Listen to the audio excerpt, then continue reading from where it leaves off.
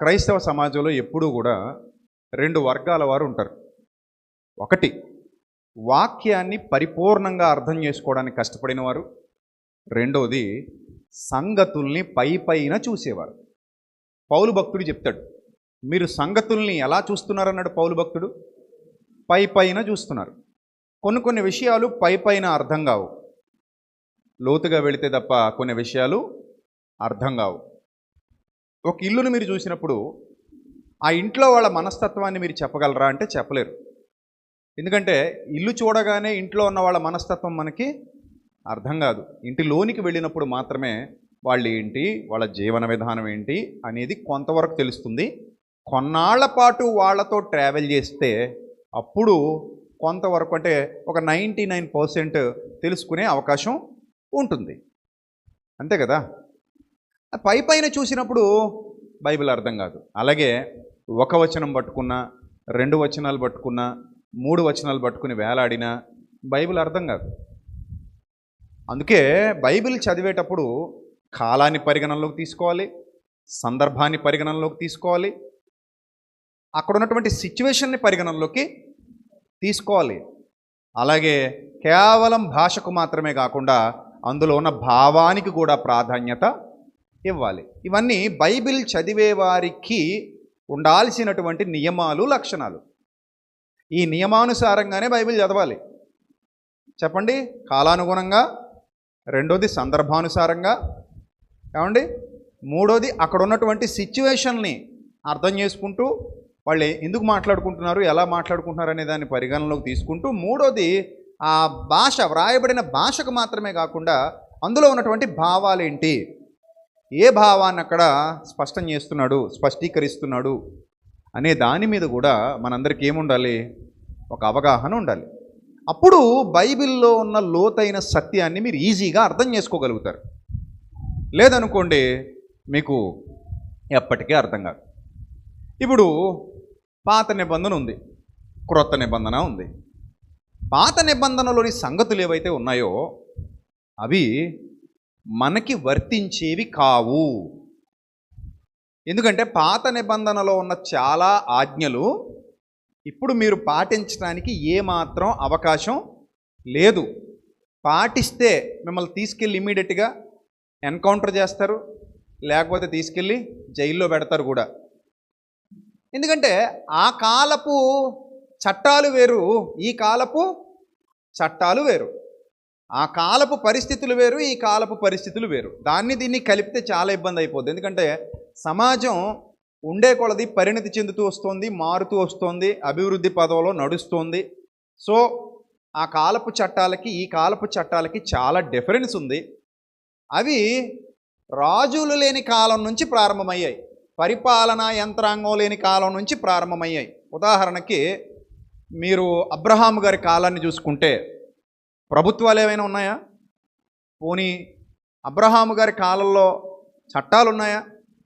ఏం లేవు. ఇంకా ముందుకెళ్ళిపోతే రాజులు కూడా లేరు. ఆ తర్వాత రాజరికపు వ్యవస్థ ప్రారంభమైంది. తర్వాత కొన్ని జాతులకైతే రాజులు కూడా లేరు, న్యాయాధిపతులు ఉండేవారు. ఇశ్రాయేలీలో కూడా మొదట ఎవరి పరిపాలన జరిగేదంటే వాళ్ళ జాతిలో పుట్టినటువంటి ఎవరో పెద్దలు. ఇప్పుడు కూడా మనకు అక్కడక్కడ గ్రామాల్లో ఈ వ్యవస్థ కనబడద్ది. అక్కడ న్యాయాధిపతులు, ఇక్కడ ఎవరు, గ్రామ పెద్దలు అంటారు. ఈ అధికారాలన్నీ ఎవరు చూసుకుంటారంటే గ్రామ పెద్ద చూసుకుంటాడు. పంచాయతీలన్నీ గ్రామ పెద్ద తన పరిధిలో తీరుస్తాడు. తర్వాత తన పరిధిలో లేకపోతే అప్పుడు విడిచిపెడతాడు.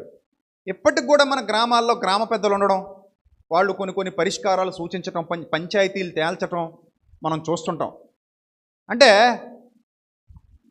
ఈ న్యాయాధిపతుల వ్యవస్థ రాజరికపు వ్యవస్థకు భిన్నంగా కొనసాగేది. అలా కొనసాగుతున్న టైంలో వాళ్ళు అన్నారు, బాబు మాకు న్యాయాధిపతులతో సాటిస్ఫాక్షన్ లేదు, సో కాబట్టి మాకు కూడా రాజులే బెటర్ అనిపిస్తుంది. అన్ని ఏరియాల్లో లేదా మిగిలిన దేశాల్లో రాజులు పరిపాలన చేస్తున్నారు కాబట్టి మాకు కూడా రాజరికపు వ్యవస్థ ఉంటే బాగుంటుంది అని వాళ్ళు రాజరికపు వ్యవస్థను కోరుకుంటారు. సమూయేలు దగ్గరికి వెళ్ళి, అప్పటికి సమూయేలు న్యాయాధిపతి, అంటే ఊరి పెద్ద అనమాట, లేదా జాతి పెద్ద, ఇశ్రాయేలీలకు పెద్ద, మన గ్రామ పెద్దలాగా. సమూయేలు ఒక పెద్ద. ఈ పెద్ద దగ్గరికి వెళ్ళి అడుగుతారు, బాబు మాకు కూడా రాజు కావాలి. అప్పుడు అతడు దేవుని దగ్గర మొర్రపెట్టి దేవుని దగ్గర విజ్ఞాపన చేసి, సరే మీకు రాజు కావాలంటున్నారు కాబట్టి ఒక రాజుని సెలెక్ట్ చేద్దామని మొట్టమొదటి ఇశ్రాయేలీయులు సౌలు అనే రాజుని సెలెక్ట్ చేసుకుంటారు. అంటే దేవుడు సెలెక్ట్ చేస్తాడు, వాళ్ళ మీద సౌలు రాజు అవుతాడు. అక్కడ నుంచి ఇశ్రాయేలీలో కూడా రాజరికపు వ్యవస్థ ప్రారంభమైంది. మోషే గారి కాలంలో ధర్మశాస్త్రం ఇవ్వబడింది. ఆ ధర్మశాస్త్ర కాలానికి అప్పటి ప్రజా జీవన విధానాలను బట్టి, అప్పటి ప్రజలు ఎలా ఉంటున్నారో వాళ్ళ యొక్క నడవడికలు, వాళ్ళ యొక్క పరిసరాలు, వాళ్ళకి అప్పటి వరకు తెలిసిన జ్ఞానం, వాళ్ళు పాటిస్తున్నటువంటి ఆచార వ్యవహారాలు, వీటన్నిటినీ పరిగణనలోకి తీసుకొని వాళ్ళకు కొన్ని చట్టాలు దేవుడు ఇవ్వడం జరిగింది. ఆ తర్వాతి కాలంలో ఆ చట్టాలు పనికిరావు అని చెప్పి వాటిని మార్చేశారు. కొన్ని చట్టాలు కొన్ని కాలాలకు పనికొస్తాయి, కొన్ని కాలాలకు కొన్ని చట్టాలు ఏం చేయవు, పనికిరావు, వర్తించవు. ఎందుకంటే సమాజం మారుతోంది, పైకి ఎదుగుతోంది, సమాజం యొక్క ఆలోచన సరళి మారుతోంది, జీవన విధానం మారుతోంది, వాళ్ళ తీరుతెన్నులు మారుతున్నాయి. కాబట్టి కొన్ని చట్టాలు సమాజానికి పనికిరావు. ఎందుకంటే చట్టాలు మారుతూ ఉంటాయి.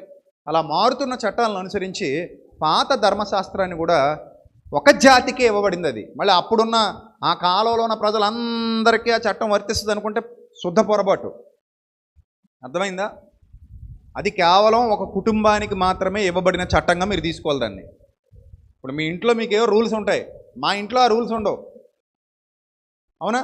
మీ ఇంట్లో రూల్స్ మా ఇంట్లో సూట్ అవ్వకపోవచ్చు, దాన్ని మీరు అప్లై చేయకూడదు.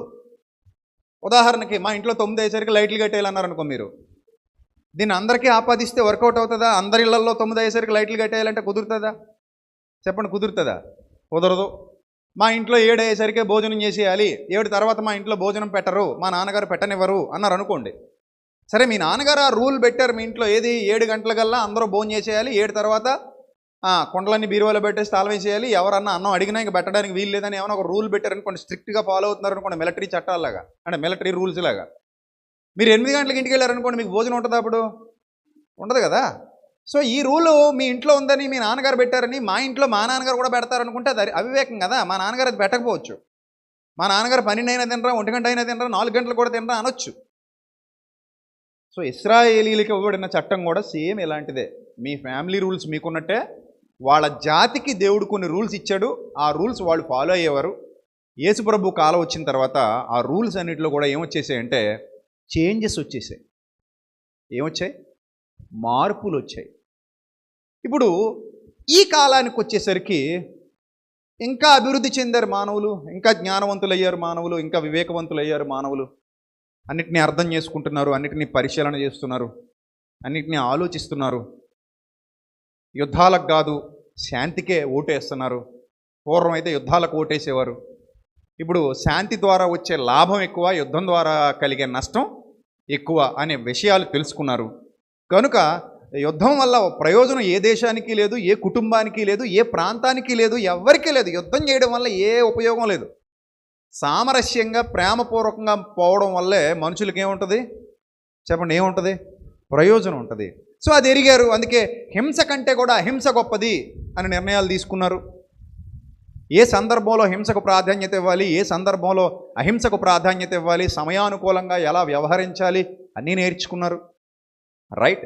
అయితే ఇప్పుడు వచ్చిన చిక్కు ఏంటంటే క్రొత్త నిబంధన, ఇది శాశ్వత కాల నిబంధన కదా. మరి శాశ్వత కాల నిబంధన 2000 ఏళ్లుగా సంఘంలో కొనసాగుతుంది కదా.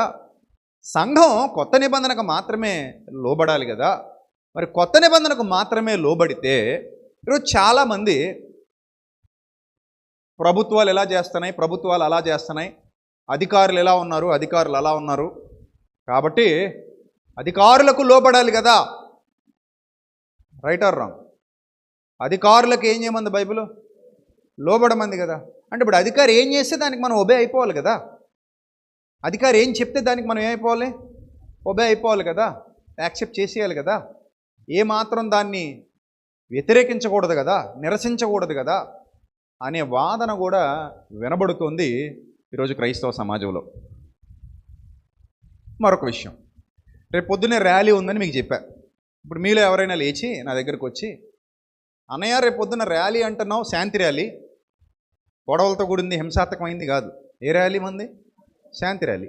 సో శాంతి ర్యాలీ ఉందంటున్నావు కదా, ప్రేమగానే చెప్పాలంటున్నావు కదా, నిరసన అంటున్నారు కదా, చాలామంది క్రైస్తవులు ఆల్రెడీ నిరసన వ్యక్తం చేస్తున్నారు కదా. సరే, అపోస్తలు ఎప్పుడైనా చేశారా ఇలాంటి నిరసనలు? అపోస్తలు ఎప్పుడైనా ఇలాంటి ర్యాలీలు చేశారా?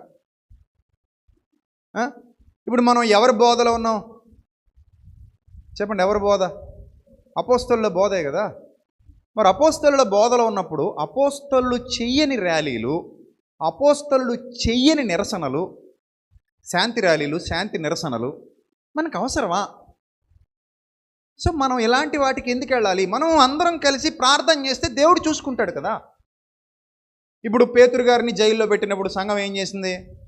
ఆ జైలు దగ్గరికి వెళ్ళి మా పేతురు గారిని వదులుతారా వదలరా, ఎందుకు అన్యాయంగా మా పేతురు గారిని జైల్లో పెట్టారు కాబట్టి మేము దీన్ని ఖండిస్తున్నాం తీవ్రంగా అని అన్నారా?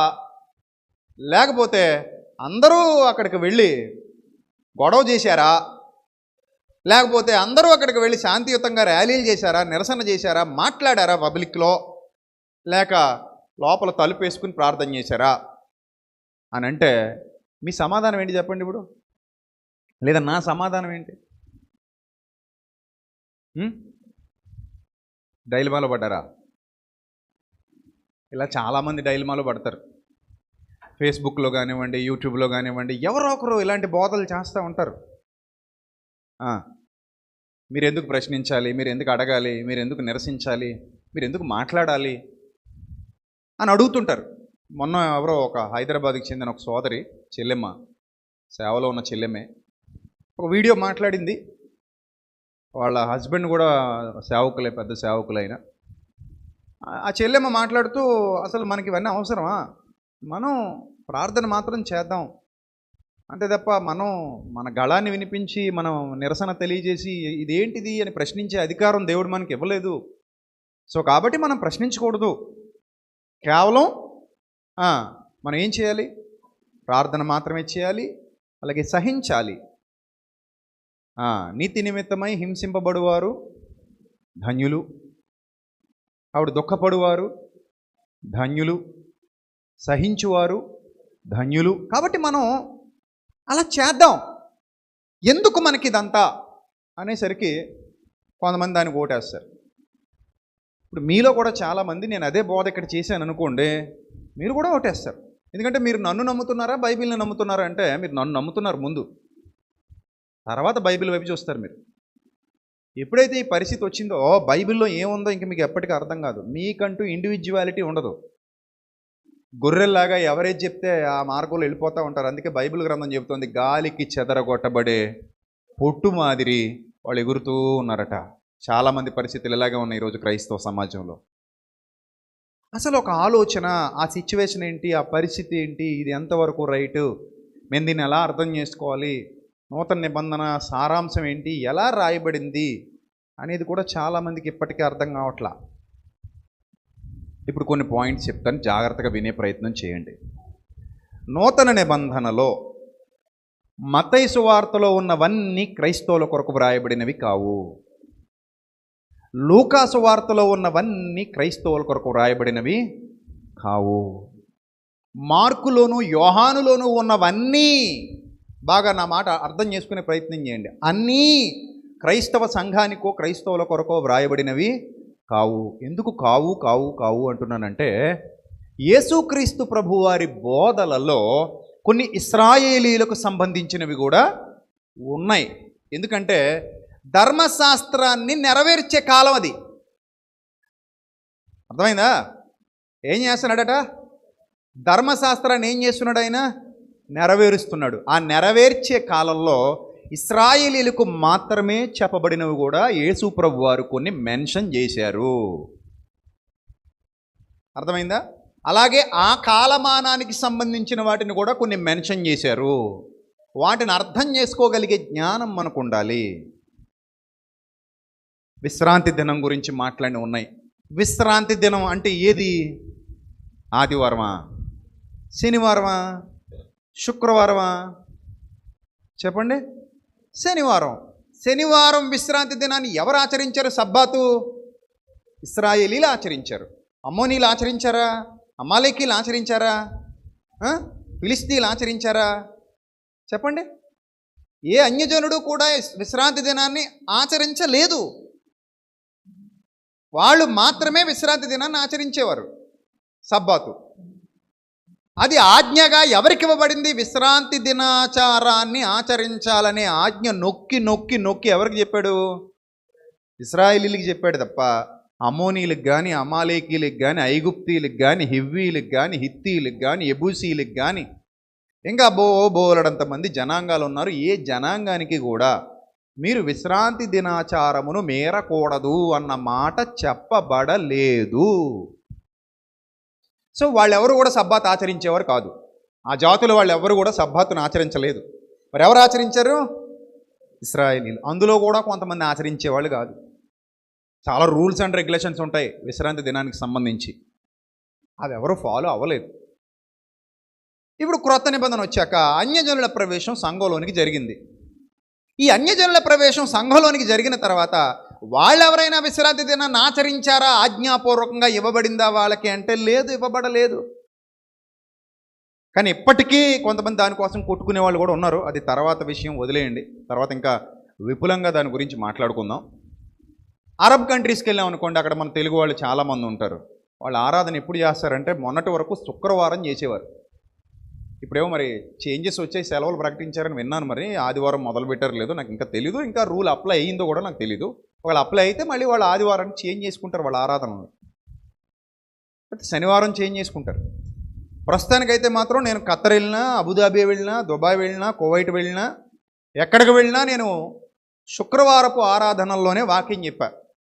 ఆ రోజు మనకి ఇక్కడ ఖాళీగా ఉంటాం మనం, లేదా పనుల్లో ఉంటాం మనం, ఎక్కడో వ్యాపారంలోనో, ఉద్యోగంలోనో, డ్యూటీలోనో, ఇంకో దాంట్లో ఇంట్లో గృహిణిగానో మనం కాలం గడుపుతూ ఉంటాం. ఎప్పుడు? శుక్రవారం. కొన్ని మన తెలుగు సంఘాల వారు కూడా, అంటే మన భారతదేశంలో ఉన్న సంఘాల వారు కూడా శుక్రవారం ప్రత్యేక ఆరాధనలు పెట్టుకుంటూ ఉంటారు. కొన్ని సంఘాల్లో, అన్ని సంఘాల్లో కాదు. వాళ్ళు శుక్రవారం కూడా ముఖ్యంగా స్త్రీలు ఆరాధనకు వెళుతూ ఉంటారు. శుక్రవారపు ఆరాధనలో కూడా చాలామంది పాల్గొంటూ ప్రార్థనలు చేస్తూ ఉంటారు. సో ఇప్పుడు ఒక డేట్కి కానీ, ఒక సమయానికి కానీ, ఒక రోజుకి కానీ ప్రాధాన్యత ఇవ్వబడుతుందా అంటే ఇవ్వబడట్లా. కానీ యేసుప్రభు వారి కాలంలో ఆ విశ్రాంతి దినం గురించి కూడా గొడవలు జరుగుతాయి. ఆయనకి, శాస్త్రులకి, పరిసయ్యులకి జరిగినట్టు మనం చూసామా చూడలేదా? చూస్తాం. ఈ మనుష్యుడు విశ్రాంతి దినాచారమును మీరుట మాత్రమే గాక అని మొదలు పెడతారు. విశ్రాంతి దినమును వెన్నులు త్రుంచి తినసాగిరి, ఇవన్నీ మనకు అక్కడ కనబడతా ఉంటాయి. సో వాటి గురించి యేసుప్రభు వారు మాట్లాడడం ఇవన్నీ మనకు కనబడతాయి. ఇప్పుడు మనం క్రైస్తవులం కదా, సంఘంలో మరి మత్తయి నుంచి మందే కదా అనుకుంటే కొన్ని మనకి సంబంధించినవి కావు. యెరూషలేములో శ్రమ సంభవించబోతోంది. ఆ దినములలో గర్భిణులకును పాలిచ్చి వారికి శ్రమ. అప్పుడు యోదయలో ఉన్నవారు ఎక్కడికి పారిపోవాలట? కొండలకు పారిపోవాలని ఉంది. ఎక్కడున్నవారు కొండలకు పారిపోవాలి?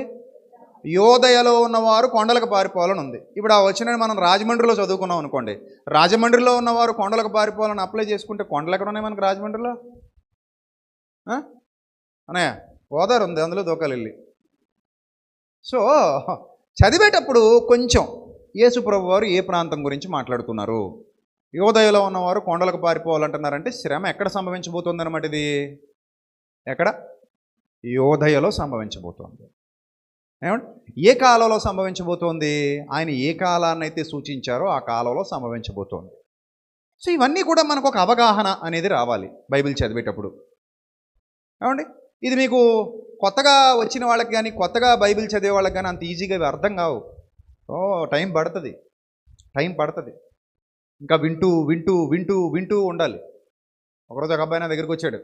ఆది కాండ నుంచి ప్రకటన గ్రంథం దాకా వరుసగా అడిగేస్తున్నాడు నన్ను. నేను అన్నాను, నాయనా నువ్వు అమ్మ కడుపులో నుంచి వచ్చిన తర్వాత ఐఏఎస్ అయిపోవాలనుకుంటున్నావు, అలాగ అవ్వదురా నాయన.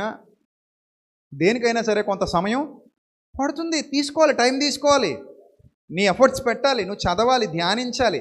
అలాగే ధ్యానించేసినంత మాత్రాన వెంటనే కూడా కొన్ని అర్థమైపోవు. దానికోసం మళ్ళీ కొంత టైం తీసుకోవాలి. తోడు పెట్టిన వెంటనే పెరుగు వచ్చేస్తుంది. ఏం చేయాలి? ఆ తోడుకునేంత వరకు దానికి కొంత టైం ఇవ్వాలి.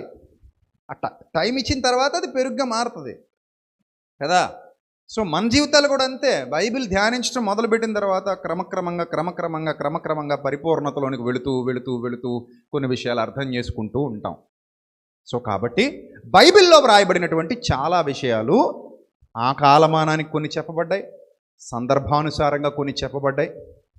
మరి ముఖ్యంగా కొందరు సిచ్యువేషనల్గా మాట్లాడినవి కూడా లేకపోలేదు. ఇవన్నీ కూడా మనకు అర్థం కావాలి. ఏమా? సో ఇప్పుడు ఇవన్నీ అర్థం చేసుకుంటూ ఓహో అంటే అపోస్తలుల కార్యాల్లో కానివ్వండి, 4 మత్తయి, మార్కు, లూకా, యోహాను సువార్తలలో కానివ్వండి, కొన్ని విషయాలు ఇశ్రాయేలీలను కూడా ప్రస్తావిస్తూ చెప్పబడినవి ఉన్నాయి. అవి యావత్ సంఘానికి అన్ని సందర్భాలలో ఆపాదించి చెప్పడానికి వీలు పడనివి కూడా ఉన్నాయి. వీటిని మనం చాలా జాగ్రత్తగా అధ్యయనం చేస్తూ ఏ సందర్భం ఎవరికి అనేది ఆలోచిస్తూ ఏది యూనివర్సల్గా చెప్పబడింది, ఏది ఒక జాతికి మాత్రమే చెప్పబడింది అనేవి చూస్తూ ముందుకు వెళ్ళాలి. ఏమా? రైట్. ఇప్పుడు పాయింట్కి వస్తే మరి క్రైస్తవులు తమ గళం వినిపించవచ్చా? క్రైస్తవులు తమ నిరసన వ్యక్తం చేయొచ్చా?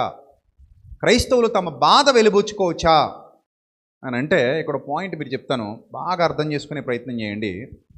అపోస్తలుల కాలం రాజరికపు కాలం. ఏ కాలంలో ఉన్నారు అపోస్తలులు? రాజులు పరిపాలిస్తున్న కాలంలో అపోస్తలులు ఉన్నారు. మరి ఇదే కాలం చెప్పండి, ఏ కాలం ఇది? ప్రజాస్వామ్య పరిపాలన. బాగా అర్థం చేసుకోవాలి. రాజుల కాలం వేరు, ప్రజాస్వామ్య పరిపాలన కాలం వేరు. ఇప్పుడు రాజుల పరిపాలనలో రాజు మాత్రమే దేశాన్ని పాలిస్తాడు. అతన్ని ఎవడైతే యుద్ధం చేసి గెలుస్తాడో అతడు దేశాన్ని పాలించే అవకాశం ఉంటుంది. లేదా రాజు కడుపున పుట్టిన బిడ్డలు ఎవరైతే ఉన్నారో వాళ్ళు రాజ్యాన్ని పరిపాలించే అధికారం అవకాశం ఉంటుంది. సామాన్య మానవుడు ఎవడూ కూడా అధికారాన్ని పొందడానికి యోగ్యుడు, అర్హుడు కాడు. అలాంటి కాలం. ఇక ఆ కాలంలో రాజు చేసిందే చట్టం. రాజు చేసిందే చట్టం. ఎవరైనా సరే ఆ చట్టానికే లోబడాలి. మరి ఇప్పుడు రాజ్యాంగం రాయబడింది. సామాన్య మానవునికి బ్రిటిష్ రాజ్యాంగం కూడా ఉండేది. మన భారతదేశాన్ని బ్రిటిషర్స్ పరిపాలించినప్పుడు బ్రిటిష్ రాజ్యాంగం అమల్లో ఉండేది. ఆ బ్రిటిష్ రాజ్యాంగాన్ని తొలగించి 1947 తర్వాత అంబేద్కర్ గారు, ఆ తర్వాత ఆయనతో పాటు ఉన్న టీం ఎవరైతే ఉన్నారో ఈ టీం అంతా కలిసి చక్కటి రాజ్యాంగాన్ని మన భారతదేశానికి పొందుపరిచి ఇచ్చారు. ఆ తర్వాత ఆ రాజ్యాంగంలో కూడా చాలా సవరణలు చేసుకుంటూ వచ్చారు. చాలా సవరణలు జరిగాయి ఆ రాజ్యాంగ సవరణలు. అంటే కాలానుగుణంగా, సమయానుకూలంగా ఆ రాజ్యాంగంలో కొన్ని సవరణలు ఏం చేశారు? ప్రారంభించారు. ఈ ప్రజాస్వామ్య పరిపాలనకి రాజరికపు వ్యవస్థకి తేడా ఏంటి, అలాగే ఇందులో ఉన్నటువంటి సమాంతర విషయాలు ఏంటి అనేది మనం ఆలోచన చేయాలి. 2000 ఏళ్ళు అయిపోతుంది అది జరిగి. ఇప్పుడు నేను వెళ్ళి నిరసన చేస్తా అంటే అవసరమైతే అందరినీ నరికి చంపేయచ్చు. ఎందుకో చెప్పనా? ఆ రోజుల్లో చట్టం వాళ్ళకి హక్కులు ఇవ్వలేదు. Note this point. చట్టం వాళ్ళకి ఏమి ఇవ్వలేదమ్మా? ఎలాంటి హక్కులు ఇవ్వలేదు. అంటే పౌలు గారికి కానీ, పేతురు గారికి కానీ, లేకపోతే అక్కడున్న క్రైస్తవ సంఘానికి కానీ, లేదా అక్కడ ఉన్నటువంటి విశ్వాసులకు కానీ హక్కులు లేవు. ఇప్పుడున్న హక్కులు లేవు. వాళ్ళకున్న హక్కులు చిన్నవి, చాలా చిన్న హక్కులు ఉన్నాయి. అవి కూడా కొంతమందికి ఉండేవి, కొంతమందికి ఉండేవి కావు. ఉంటే ఏం చేశారు, లేనోళ్ళు ఏం చేశారు అనేది కూడా చూద్దాం ఇప్పుడు. సో రాజరికపు వ్యవస్థలో రాజుదే నిర్ణయం. రాజు తలుచుకుంటేనట దెబ్బల కరువా కొదువా, అంతే కదా. నిర్ణయం ఎవరిది? ఫైనల్ డెసిషన్ రాజుది. చంపేయండి అంటే చంపేయాలి, పొడి చేయండి అంటే పొడి చేయాలి, బతకనివ్వండి బతకనివ్వాలి, తోసేయండి అంటే తోసేయాలి. ప్రజాస్వామ్య పరిపాలనలో కుదరవు అలాంటివి. అంటే ఇప్పుడు కూడా ఉంది అలాంటిది. లీగల్గా జరగదు అంతే. ఎలా జరుగుద్ది? ఇల్లీగల్గా జరుగుద్ది. అది మీరు గుర్తుపెట్టుకోవాలి. లీగల్గా చేయలేరు ఇప్పుడు అలాగా. ఇప్పుడు ఉదాహరణకి నాబోతు ద్రాక్ష తోట ఉంది, దాన్ని కొట్టేయాలనుకున్నాడు ఆహాబు రాజు, యెజబెలు కలిసి. సరే, ఇప్పుడు ఆ ద్రాక్ష తోట కొట్టేయాలని నిర్ణయం తీసుకున్నప్పుడు వాళ్ళిద్దరూ కలిశారు, చిన్న స్కెచ్ చేశారు. ఆ స్కెచ్ అమలు చేశారు, కొట్టేశారు, కబ్జా చేశారు. ఇప్పుడు నాబోతు వెళ్ళి సుప్రీంకోర్టులో పిటిషన్ వేయడానికో, హైకోర్టులో పిటిషన్ వేయడానికో, లేదా ఇంకో కోర్టులో పిటిషన్ వేసి బాబు నాకు అన్యాయం జరిగిందని పోలీస్ స్టేషన్కి వెళ్ళడానికో, ఆహాబ్ మీద, యెజబెల్ మీద కేసు పెట్టడానికో ఛాన్స్ ఉందా? చెప్పండి, ఛాన్స్ ఉందా? లేదు, ఛాన్స్ లేదు. సో ఏం చేయాలి ఇప్పుడు? ఆహాబు నాబోతు దేవుడికి మొరపెట్టుకున్నాడు, అంతే, చచ్చిపోయాడు, చంపేశారు. చంపేసి ఆక్రమించేసుకున్నారు.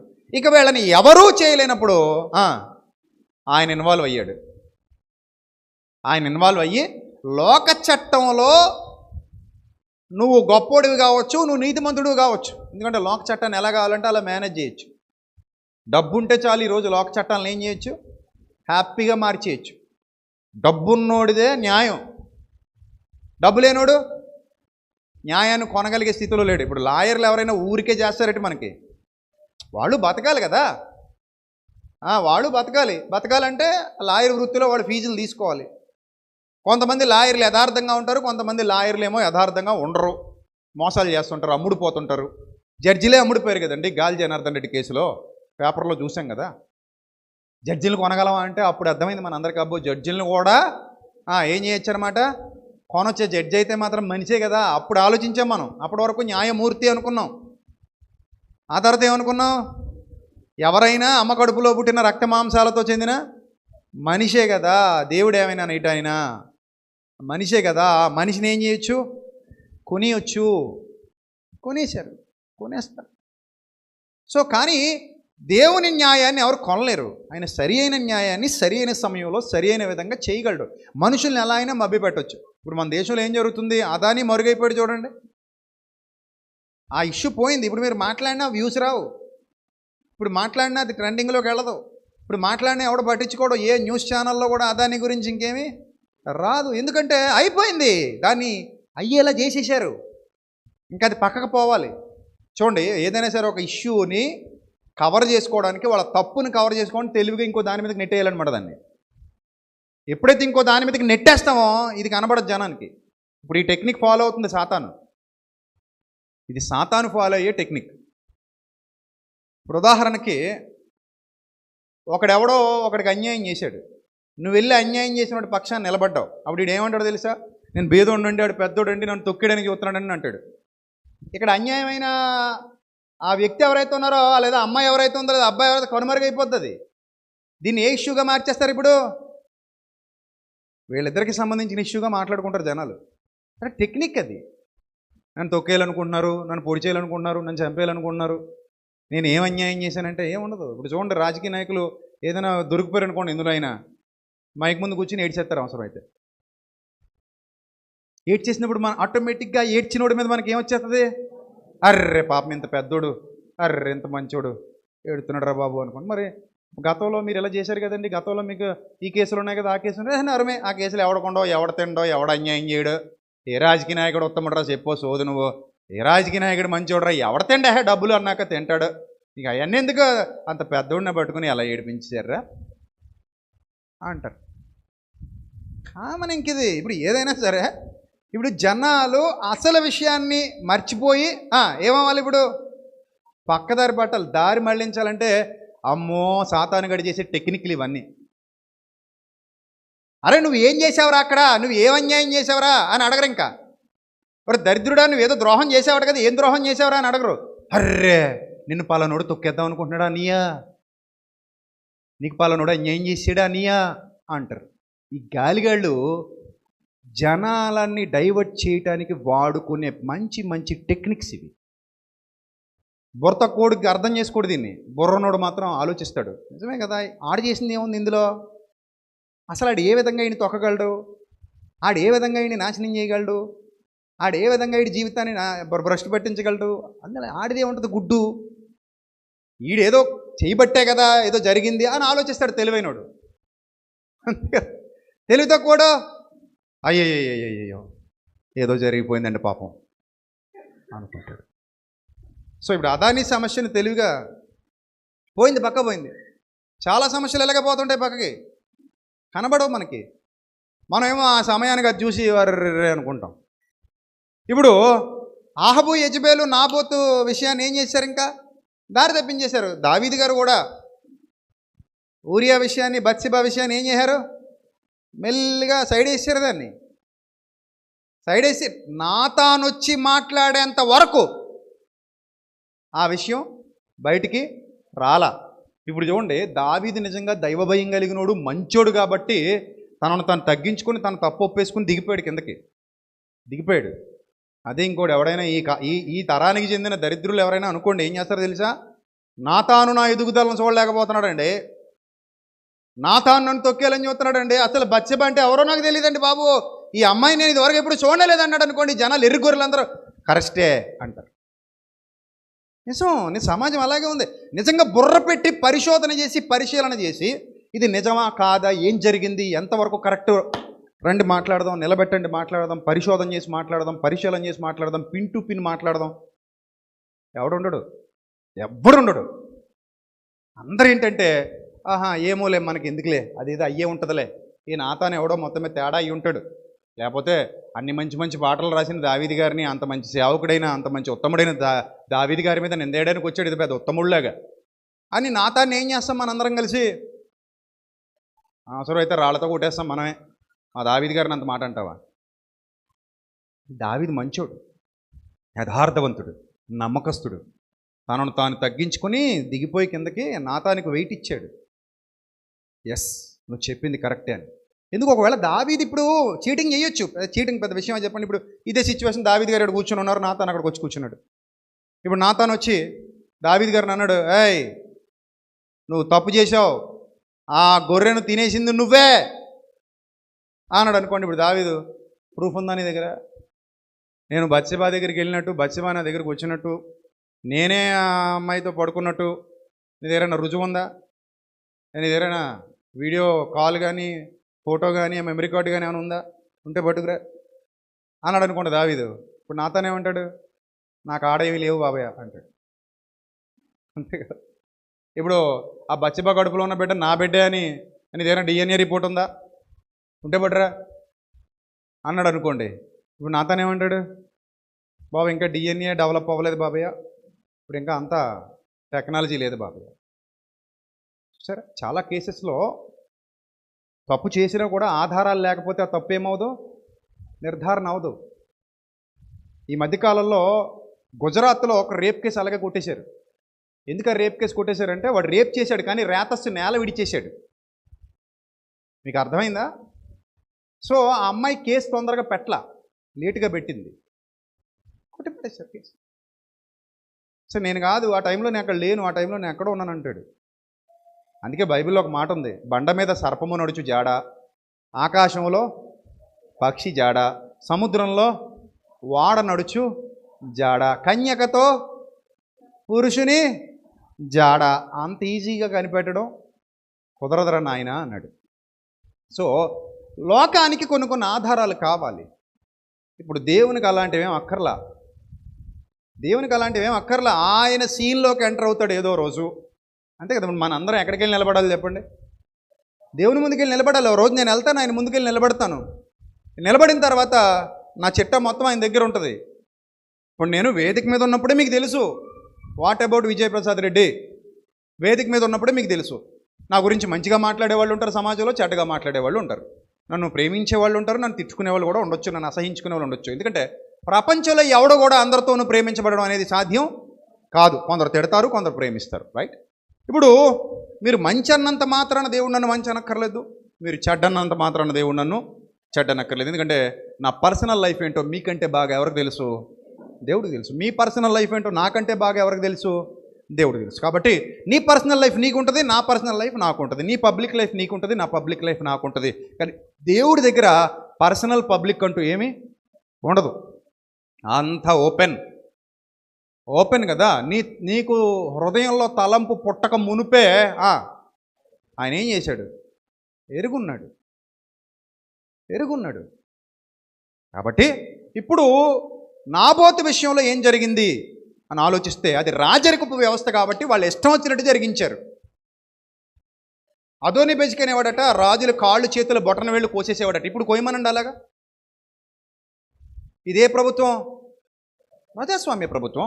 అప్పుడు హక్కులు లేవు, ఇప్పుడు హక్కులు ఉన్నాయి. ప్రాథమిక హక్కులు, పౌర హక్కులు, సమానత్వపు హక్కు, మత స్వాతంత్రపు హక్కు, భావ ప్రకటన స్వేచ్ఛ, ఇవన్నీ కూడా ఇప్పుడు ఉన్నాయి. ఆ రోజుల్లో భావ ప్రకటన స్వేచ్ఛ ఉందా? లేదు. అయినా కూడా వాళ్ళు కొన్ని హక్కుల్ని వినియోగించుకున్నారు. ఎలా వినియోగించుకున్నారో కొన్ని విషయాలు ఇప్పుడు మీకు చూపిస్తాను, జాగ్రత్తగా చూడండి. ఎలా వాళ్ళ హక్కుల్ని వినియోగించుకున్నారో కొన్ని విషయాలు ఇప్పుడు మీకు చూపిస్తాను, జాగ్రత్తగా చూడండి. మత్తయి సువార్త 22వ అధ్యాయము 17వ వచనం. మత్తయి సువార్త 22వ అధ్యాయము 17వ వచనం, జాగ్రత్తగా చూడండి. అప్పుడు 15 నుంచి చదువుతాం. అప్పుడు పరిసయ్యులు వెళ్ళి మాటల్లో ఆయనను చిక్కుపరచవలనని ఆలోచన చేయొచ్చు బోధకుడా, నీవు సత్యవంతుడిపై ఉండి దేవుని మార్గము సత్యముగా బోధించున్నావనియు నీవెవరిని లక్ష్య పెట్టననియు మోమాటము లేనివాడవనియు ఎరుగుదుము. నీకేమి తోచున్నది? కైసరుకు పన్నిచ్చుట న్యాయమా కాదా? కైసర్ అనేవాడు చక్రవర్తి, ఇవ్వాలి పన్ను. న్యాయమా కాదా అంటే ఇవ్వాలి. దాన్ని ట్యాక్స్ అంటారు. ఇప్పుడు కూడా మనం ఏం చేస్తున్నామండి? ట్యాక్సీలు కడతాం. అన్నింటి మీద ట్యాక్సీలేనండి. ట్యాక్సీలు లేకుండా లేవు. ప్రతిదానికి ట్యాక్సు ట్యాక్సు ట్యాక్సు ట్యాక్స్.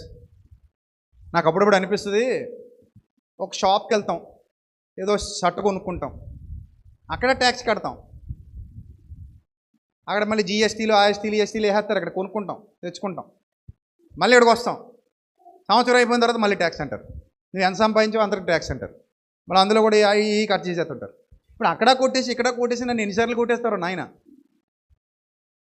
రెస్టారెంట్కి వెళ్తే ఆ ట్యాక్సు ఈ ట్యాక్సు, ఒకటి కాదు రెండు కాదు, ట్యాక్సీల మీద ట్యాక్సీలు, ట్యాక్సీల మీద ట్యాక్సీలు. సామాన్య మానవుడి నడ్డిరిగిపోయిన ట్యాక్సీలు ఉన్నాయి ఇప్పుడు. పోనీ అంతా పర్లేదు, మన ట్యాక్సీలన్నీ దేశానికి ఉపయోగపడుతున్నాయి కదా, దేశం బాగుంటే చాలు అని అనుకుందాం అంటే, స్విస్ బ్యాంకులో దాచేసిన దొంగలు ఉన్నారు. మరి అందరిని ఏం చేయాలి? అదంతా మండబ్బే కదా, మన మండబ్బే కదా అది. మరి సో ఇప్పుడు నేను ట్యాక్స్ కడతా న్యాయంగా, కానీ దాని నాడు పైన ఉన్నాడు న్యాయంగా వినియోగిస్తున్నాడా లేదా అనేది పెద్ద సమస్య ఇక్కడ. నా దగ్గర ట్యాక్స్ గట్టించుకుంటున్నావు, కానీ ఆ ట్యాక్స్ సక్రమంగా వినియోగింపబడుతుందా లేదా, ఆ డబ్బు దేశానికి ఉపయోగపడుతుందా లేదా అన్నది మాత్రం నువ్వు సరిగా చూడలేదంటే అది న్యాయమైన పరిపాలన అనాలా? కాదు కదా. ఇప్పుడు నేను అడగడానికి సరిపోతానా? ట్యాక్స్ కడుతున్నాను కాబట్టి అడగడానికి సరిపోతా. ఆ రోజుల్లో ఒక కైసరు, నీకు ట్యాక్స్ కట్టాం కానీ మాకు కనీస వసతులు లేవు, ఇక్కడ మా వీధులు బాగాలేదు, మా పరిస్థితులు బాగాలేదు, మా కనీస అవసరాలు తీరట్లేదు, ఒక కైసరు నీ పరిపాలన బాగాలేదు, కరెక్ట్గా పరిపాలించవయ్యా అని చెప్తే ఏం చేస్తారు? తలనరికేసి కోటకుమ్మానికి ఏలాడగట్టేస్తారు. ఎందుకు? కైసరుని ఎదిరించడమే. అతను ఏది చేస్తే అదే చట్టం, అతడు ఏది మాట్లాడితే అదే న్యాయం, అతడు ఏ నిర్ణయం తీసుకుంటే అదే శాసనం. అది రాజరికపు వ్యవస్థ. ఇది ప్రజాస్వామ్యం. 5 ఏళ్ల తర్వాత నీ కుర్చీ కదిలిపోదు కాబట్టి నువ్వు కూడా డైలమాలో పడతావు. అమ్మో ఈయన మనం బాగా తొక్కేస్తే రేపు ఓటు వెయ్యడు, అందుకని డబ్బులెట్టి కొనుక్కుంటారు ఓట్లు. మనం కూడా చిరాకు పడిపోయి ఎవడొచ్చినా ఒకలాగే ఏడుతుందిలేండి, అందుకని ఇంక ఓటు అమ్మేసుకుందాం లేండి అని చెప్పి 2000కి 1000కి అమ్మేసుకున్నాం. మీకు పుణ్యం ఉంటుంది, మీ ఓటు 1000కో 2000కో అమ్మకండి, ఒక 5 లక్షలు పెట్టండి బాబు మీ ఓటు రేటు, అప్పుడు అమ్మండి. నేను ఓటు కొనుక్కోవద్దని అనట్లేదు, ఎందుకంటే ఆడు అమ్ముతున్నాడు, నువ్వు కొనుక్కుంటున్నావు కాబట్టి ఒక 5 లక్షలు పెట్టి రేటు. కాబట్టి మా ఇంట్లో 10 మంది ఉన్నాం, 10 ఓట్లు మీకే వేస్తాం, 50 లక్షలు ఇవ్వండి. మా ఇంట్లో 2 ఉన్నాం, 2 ఓట్లు మీకే వేస్తాం, 10 లక్షలు ఇవ్వండి అని అడగండి. ఆడు కొనుక్కోడు, నువ్వు అమ్మవు. ఇంకా అంతే. మరి దారుణంగా 1000కి 2000కి వెండి బరినికి పట్టు చీరకి, పట్టు చీర అంటే నేను ఒరిజినల్ పట్టు చీర ఏమి ఎవరాళ్ళు, ఏదో దిక్మాల పట్టు ఉంటుంది, అందులో కూడా 2nd గ్రేడ్ 3rd గ్రేడ్ ఉంటాయి కదా, అది పడేస్తే పడేయచ్చు. అమ్ముకుంటే ఇంక నీ విలువేముంది, నీ గొప్పతనం ఏముంది? అంటే ఓటు అమ్ముకోమన్నాడు అని అనుకోకండి. నేను చెప్పింది అంటే అమ్ముకోమనో అమ్ముకోవద్దనో కూడా మీకు అర్థమైపోయింది. 5 లక్షలు అంటే ఎవడన్నా కొంటాడా? కొండ కదా. అందుకే 5 లక్షలు రేటు పెట్టేయండి. ఎవడైనా సరే మీ ఇంటికి రాజకీయ నాయకుడు వచ్చారనుకోండి, ఎలక్షన్ టైంలో బోర్డు పెట్టండి, ఏమనంటే ఈ ఇంట్లో ఓటు ఒక్కొక్కటి 5 లక్షలు, ఇష్టమైతే కొనుక్కో, కష్టమైతే గెట్ అవుట్ అని పెట్టు. కరెక్ట్గా పెట్టండి, ఆ బోర్డులు పెట్టండి, మీకు పుణ్యం ఉంటుంది. ఎలక్షన్ దగ్గరికి వచ్చాక ఇంటి ముందు పెట్టండి బోర్డులు అందరూ, మా ఇంట్లో ఓటు ఒక్కొక్కటి 5 లక్షలు, ఈ రేటు నచ్చితే వచ్చి కొనుక్కో, నచ్చకపోతే నేను అమ్మను పో. ఇప్పుడు అమ్మేవాడిదా కొనేవాడిదా ఎవడిష్టం? రేటు అమ్మేవాడి ఇష్టం. నేను అమ్ముతా, నువ్వు కొనుక్కో, నీకు నచ్చితే కొనుక్కోలేదా బో, నా ఓటు 5 లక్షలు అని పెట్టు. అందరి ఇళ్ళ దగ్గర అలాంటి బోర్డులు పెట్టండి. ఎవడు ఎవడన్నా కొంటాడా? కొండు. కానీ మనం అలా పెడతామా? చచ్చినోడు పెళ్ళికి వచ్చిందే కట్నం అనేది మన సూత్రం. మన సూత్రం ఏంటట? చచ్చినోడు పెళ్ళికట వచ్చిందే కట్నం అట. సో అందుకని ఆ 1000కైనా 500కైనా 2000కైనా అమ్మేయడమే. సో అది పరిస్థితి. సో ప్రజాస్వామ్య ప్రభుత్వాలలో పన్నులు విధానాలు వేరు, కైసరు కాలంలో పన్నుల విధానాలు వేరు. ఇప్పుడు వచ్చి అడుగుతున్నారు ప్రభుని, కైసరికి పన్ను ఇచ్చటం న్యాయమా కాదా? అప్పుడు ప్రభు ఏమన్నారు? కైసరికి ఇచ్చేయండి అన్నారు. కైసరికి ఇచ్చేయండి. ఆ రూపము పైవ్రాత ఎవరివి? కైసరివి. కాబట్టి కైసరికి ఇచ్చేయండి, దేవునికి ఇచ్చేయండి అని చెప్పేశాడు. అక్కడితో క్లియర్ అయిపోయింది. ఇప్పుడు నన్ను ఎవరైనా వచ్చి, ఏమయ్యా ఈ ఊరిలో ఎవరో పెద్ద ఉన్నాడట, ఆ పెద్ద మీ ఊరందరికీ పెద్దట, ఈ ఊరిలో ఎవడున్నా సరే ఆయనకి పన్ను కట్టాలట అని నన్ను అన్నాడు అనుకోండి, నేను కట్టను అంటాను. అంతే, నేను కట్టను. నీకు ఎందుకు కట్టాలి? నేను గవర్నమెంట్వా? కాదుగా. నువ్వు గవర్నమెంట్వా? కాదు. ఇప్పుడు ప్రధానమంత్రికి పన్ను కడతావా, ప్రభుత్వానికి పన్ను కడతావా? చెప్పండి. ప్రధానమంత్రికి పన్ను అంటే ఎవడు కట్టాడు, నేను కూడా కట్టను. ప్రధానమంత్రికి పన్ను ఇచ్చడం న్యాయమా కాదా అని ఎవడని అడిగాడు అనుకోండి, నన్ను ఇప్పుడు వచ్చి రూపాయి కూడా ఏమో నీ దిక్కున్న చోట చెప్పుకో అంటాను నేను. మరి ప్రభు అలాగ అనలేదు కదా. అంటే ప్రభు కాలం వేరు, ఈ కాలం వేరు. అప్పటి రూల్స్ వేరు, ఇప్పుడు రూల్స్ వేరు. నేను ఇప్పుడు ప్రధానమంత్రికి పన్ను కట్టను. నేను ఎందుకు కట్టాలి? 5 ఏళ్ళు ఉంటాడు, ఆయన తర్వాత మారిపోతాడు ప్రధానమంత్రి. ఆయనకి నేను ఎందుకు కడతాను? ఎమ్మెల్యేకి పన్ను కడతావు కట్టవా? నేను కట్టను. ఎమ్మెల్యే ఎవరు నా దగ్గర పన్ను తీసుకోవడానికి నేను కట్టను. నీ దిక్కున్న చోట చెప్పుకెళ్ళి నీ ఓపిక ఏం చేసుకుంటూ చేసుకో, ఇలాగే చెప్తాను నేనైతే. అంతేనా? ముఖ్యమంత్రికి పన్ను కడతావా కట్టవా? నేను కట్టను. అదేంది, అది కట్టనంతే. మరి ఎవరికి కడతావు? ప్రభుత్వానికి కడతాను. అంటే ముఖ్యమంత్రి అంటే ప్రభుత్వం కాదా? కాదు. ప్రధానమంత్రి అంటే ప్రభుత్వం కాదా? కాదు. ప్రభుత్వం అనగా ప్రజాస్వామ్యం, ప్రజలే ప్రభువులు. ఇప్పుడు ప్రజలే ఎవరు? ప్రభువులు. కాబట్టి ఆ కాలం వేరు, ఈ కాలం వేరు. నేను పన్ను ప్రభుత్వానికి కడతాను, కానీ మనిషికి కట్టను. కానీ ఆ రోజుల్లో ఎవరికి కట్టాలి చెప్పండి? ఎవరికి కట్టాలి? ఓ మనిషికి కట్టాలి. ఆ మనిషి ఎవడు? కైసరు. చూడండి ఎంత తేడా ఉందో, డిఫరెన్స్ ఉంది. బైబిల్ చదివేటప్పుడు ఓ కైసరికి పన్ను ఇచ్చటం న్యాయమా కాదా? ఓకే, ఆ కైసరికి పన్ను ఇవ్వాలి. ఇప్పుడు అలాంటి కైసరు ఎవడైనా ఉండి పన్ను ఇచ్చటం న్యాయమా కాదా? ఇవ్వక్కర్లేదు. ఆ రోజులు వేరు, ఈ రోజులు వేరు. సో కాబట్టి హక్కులు లేని కాలంలో అపోస్తలులు అడగలేకపోయారు. హక్కులున్న కాలంలో మనం అడుగుదాం. అడిగితే తప్పేంటండి? నీకు రావాల్సింది నువ్వు అడుగుతావా, అడగవా? ఇప్పుడు సంఘంలో కొన్ని రూల్స్ ఉన్నాయి. ఇప్పుడు సంఘంలో ఉన్న వ్యక్తికి సమస్య వచ్చింది అనుకోండి, బాగా అర్థం చేసుకోండి. సంఘంలో ఉన్న వ్యక్తికి సమస్య వచ్చింది అనుకోండి, మొదట వీళ్ళిద్దరూ ఎక్కడ తేల్చుకోవాలి తెలుసా ఆ సమస్యని? కొరింథీయులకు రాసిన మొదటి పత్రిక 6వ అధ్యాయం ప్రారంభ వచనం నుంచి చూడండి. మొదటి వీళ్ళిద్దరు సమస్యను ఎక్కడ తేల్చుకోవాలట? 6:1 కొరింథీయులకు రాసిన మొదటి పత్రిక 6వ అధ్యాయం మొదటి వచనం. మీలో ఒకనికి మరి ఒకని మీద వ్యాజ్యం ఉన్నప్పుడు వాడు పరిశుద్ధుల ఎదుటగాక ఆ నీతిమంతుల ఎదుట వ్యాజ్యమాడుటకు తెగించుచున్నాడా? పరిశుద్ధులు లోకమునకు తీర్పు తీర్చుదురని మీరు ఎరుగరా? మీ వలన లోకమునకు తీర్పు జరగవలసి ఉండగా మిక్కిలి అల్పమైన సంగతులను తీర్పు తీర్చుటకు మీకు యోగ్యత లేదా? మనము దేవదూతలకు తీర్పు తీర్చుదమని ఎరుగరా? ఈ జీవన సంబంధమైన సంగతులను గురించి మరి ముఖ్యముగా తీర్పు తీర్చవచ్చును కదా. అంటే నేను సంఘంలో సమస్య వచ్చినప్పుడు పోలీస్ స్టేషన్కి పోయి పోలీస్ స్టేషన్లో గెలిచానని సిగ్గు లేకుండా చెప్పకూడదు. సంఘంలో సమస్య వచ్చినప్పుడు ముందు ఎక్కడ తేల్చుకోవాలి? నువ్వు సంఘంలో తేల్చుకోవాలి. ఎందుకంటే నీకు ఒక విశ్వాసికి, లేదా ఒక విశ్వాసికి మరో విశ్వాసికి, లేదా ఒక విశ్వాసికి ఒక బోధకుడికి, లేదా ఒక బోధకుడికి మరో విశ్వాసికి, సంఘ పెద్దకి విశ్వాసికి సమస్య వచ్చినప్పుడు సంఘమే ఆ సమస్యను పరిష్కరించాలి. అన్ని ఆధారాలు సేకరించి, అందరిని పిలిపించి, అన్నీ మాట్లాడి, అన్నీ ఆలోచించి ఆ సమస్యను ఏం చేయాలి? సంఘం పరిష్కరించాలి. నీకు ఒక అన్యుడికి సమస్య వచ్చిందనుకో, అప్పుడు సంఘానికి అది సంబంధం లేదు. ఒకవేళ విశ్వాసులిద్దరూ సంఘం మాట విననప్పుడు, అందులో ఎవడు వినడో వానిని అన్యునిగాను సొంకరిగాను ఎంచుకుంటాం. ఆ తర్వాత వాళ్ళు బయటికి వెళ్ళొచ్చు. చట్టానికి వెళ్ళకూడదని, కోర్టుకి వెళ్ళకూడదని, పోలీస్ స్టేషన్కి వెళ్ళకూడదని నేను చెప్పట్లా. ఇక్కడ అయిపోతే పరిష్కారం ఎక్కడ జరిగిపోవాలి? విశ్వాసులు కాబట్టి ఇక్కడే జరిగిపోవాలి. ఒకవేళ ఇక్కడ జరగని పక్షంలో అప్పుడు ఎక్కడికి వెళ్ళొచ్చు? మీరు విశ్వాసులు ఇద్దరు కలిసి పోలీస్ స్టేషన్కి వెళ్ళొచ్చు, లేదా కోర్టుకి వెళ్ళొచ్చు. ఏమండి? ఎప్పుడు అందులో కూడా ఎవడు వినలేదో వాడిని మళ్ళీ వెలేహేద్ద సంఘం. ఆ అన్యుని కానీ సొంకరుగానే ఎంచుకుంటుంది. వీడు వినలేదు, తప్పు చేసి కూడా ఇక్కడ వాదిస్తున్నాడు కాబట్టి గెట్అవుట్ అంటుంది సంఘం. అప్పుడు దేవుడు పరిధిలోకి వెళ్ళిపోతాడు. అది వదిలేండి, అది తర్వాత విషయం. ఇప్పుడు ఒక అన్యజనుడితో ప్రాబ్లం వస్తేనేమో అక్కడికి వెళ్ళి తేల్చుకో. విశ్వాసితో ప్రాబ్లం వస్తే ఇక్కడ తేల్చేసుకో. అర్థమైందా? ఇక్కడ తేల్చేసుకొని ఇక్కడ క్లియర్ చేసేసుకో. ఇక్కడ క్లియర్ అయిపోయేలా ఉంటే ఇక్కడ చేసేసుకో. కానీ చాలామంది దీన్ని ఫాలో అవ్వరు. అవుతారా? అవరు. డైరెక్ట్ ఎక్కడ పోతారు?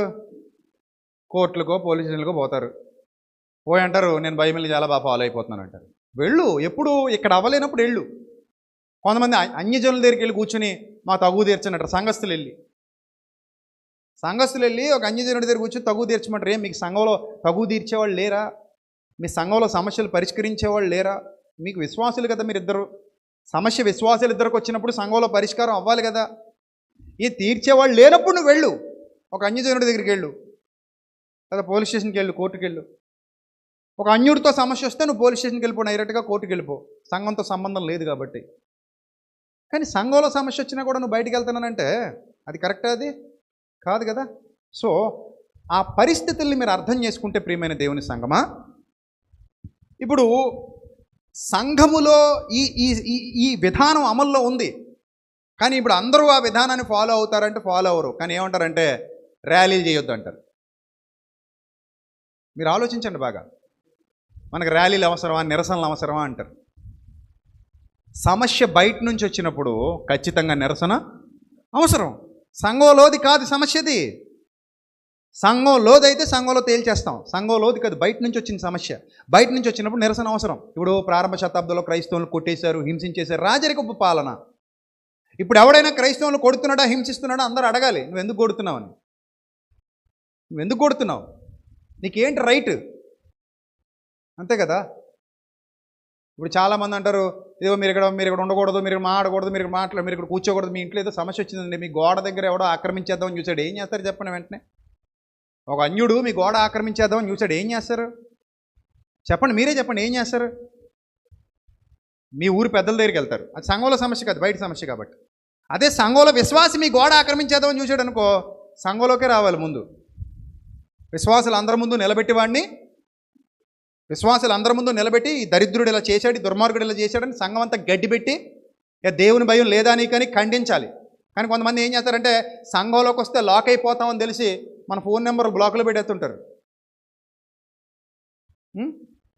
సంఘంలోకి వస్తే లేదా వ్యక్తి ముందుకు వస్తే మనం బుక్ అయిపోతాం. అమ్మో వీడు అడిగే ప్రశ్నలకు మనం సమాధానం చెప్పలేం, ఖచ్చితంగా పీకబట్టేస్తాడు, ఖచ్చితంగా దొరకబట్టేస్తాడు ఇంకా అని అనుకున్నప్పుడు ఏం చేస్తారు, ఫోన్ నెంబర్ బ్లాక్లో పెట్టేసి బాబు నాకు సంబంధం లేదు, నేను రాను నీ దగ్గరికి, కానీ ఏ పోలీస్ స్టేషన్కో ఏ కోర్టు దగ్గరకో పోతుంటారు. అది కరెక్ట్ కాదు. ఒక విశ్వాసికి సమస్య వచ్చింది, సంఘంలో తీసుకురా, గడ్డి పెట్టు, వాడు వినలేదా గెట్ అవుట్, నేను సంఘం వెళ్ళేస్తుందని చెప్పు. అప్పుడు సంఘం అంతా ఎవరికి సపోర్ట్ చేయాలి? బాధితుడికి సపోర్ట్ చేయాలి, బాధించేవాడికి సపోర్ట్ చేయకూడదు. ఇది రూల్. ఒకవేళ అన్యుడితో వచ్చింది సమస్య, పోలీస్ స్టేషన్కి వెళ్ళు, చట్టానికి చెప్పు, లేదా కోర్టుకి వెళ్ళు, న్యాయంగా పోరాడు. మన తమ్ముడు ఉంటాడు విలియం, వాళ్ళ స్థలం ఎవరో ఆక్రమించేసుకుందామని చూస్తున్నాడు, 10 సెంట్ల స్థలం. ప్రభుత్వం కూడా వాళ్ళకి సపోర్ట్ చేస్తుంది అన్నాడు. మొన్న వచ్చాడు, వస్తే నేను చెప్పా మీరు డైరెక్ట్ కలెక్టర్ దగ్గరికి వెళ్ళిపోండి, లేదా కోర్టుకి వెళ్ళి స్టే తెచ్చేయండి, కోర్టులో చూసుకుందాం. ఎవరు వాళ్ళు? వీళ్ళని బాధ పెట్టేవాళ్ళు వేరే వాళ్ళు. వాళ్ళ ఊళ్ళో ఎవరో బాధ పెడుతున్నారు వాళ్ళని, వాళ్ళ స్థలం లాగేసుకుందామని చూస్తున్నారు, అన్యాయంగా ఆక్రమించేసుకుందాం, కబ్జా. ఒప్పుకుంటామా? వదిలేద్దామండి, స్థలం వదిలేద్దాం అలాగా? కుదరదండి. ఇప్పుడు బైబిల్లో ఉన్నది కదండి, మరి ఒక చోట ఏం రాయబడిందట బైబిల్లో? మత్తయి సువార్త 5వ అధ్యాయం చూడండి. మత్తయి సువార్త 5వ అధ్యాయం బాగా అర్థం చేసుకునే ప్రయత్నం చేయండి, నేను చాలా లోతుగా మాట్లాడుతున్నాను. మత్తయి సువార్త 5వ అధ్యాయము 10వ వచనం. నీతి నిమిత్తము హింసింపబడువారు ధన్యులు, పరలోక రాజ్యము వారిది. ఎలాంటిదట ఆ హింస? చూడండి కింద చెప్తున్నాడు, నా నిమిత్తము జనులు మిమ్మల్ని నిందించి హింసించి మీ మీద అబద్ధముగా చెడ్డ మాటలు ఎలా పలుకున్నప్పుడు మీరు ధన్యులు, సంతోషించండి, ఆనందించండి, పరలోకమందు మీ ఫలం అధికమగును. ఎలాగున వారు మీకు పూర్వమందు ఉన్న ప్రవక్తలను కూడా ఏం చేశారు? హింసించారు. అంటే ఒక సత్యాన్ని వ్యాపింపజేస్తున్నప్పుడు, ఒక సత్యాన్ని ప్రకటిస్తున్నప్పుడు నిన్ను ఎవరైనా హింసించినా ఇబ్బంది పెట్టినా సరే, అది ఒక పరిస్థితి వరకు, అంటే దానికి కూడా ఒక హద్దు ఉంటుంది.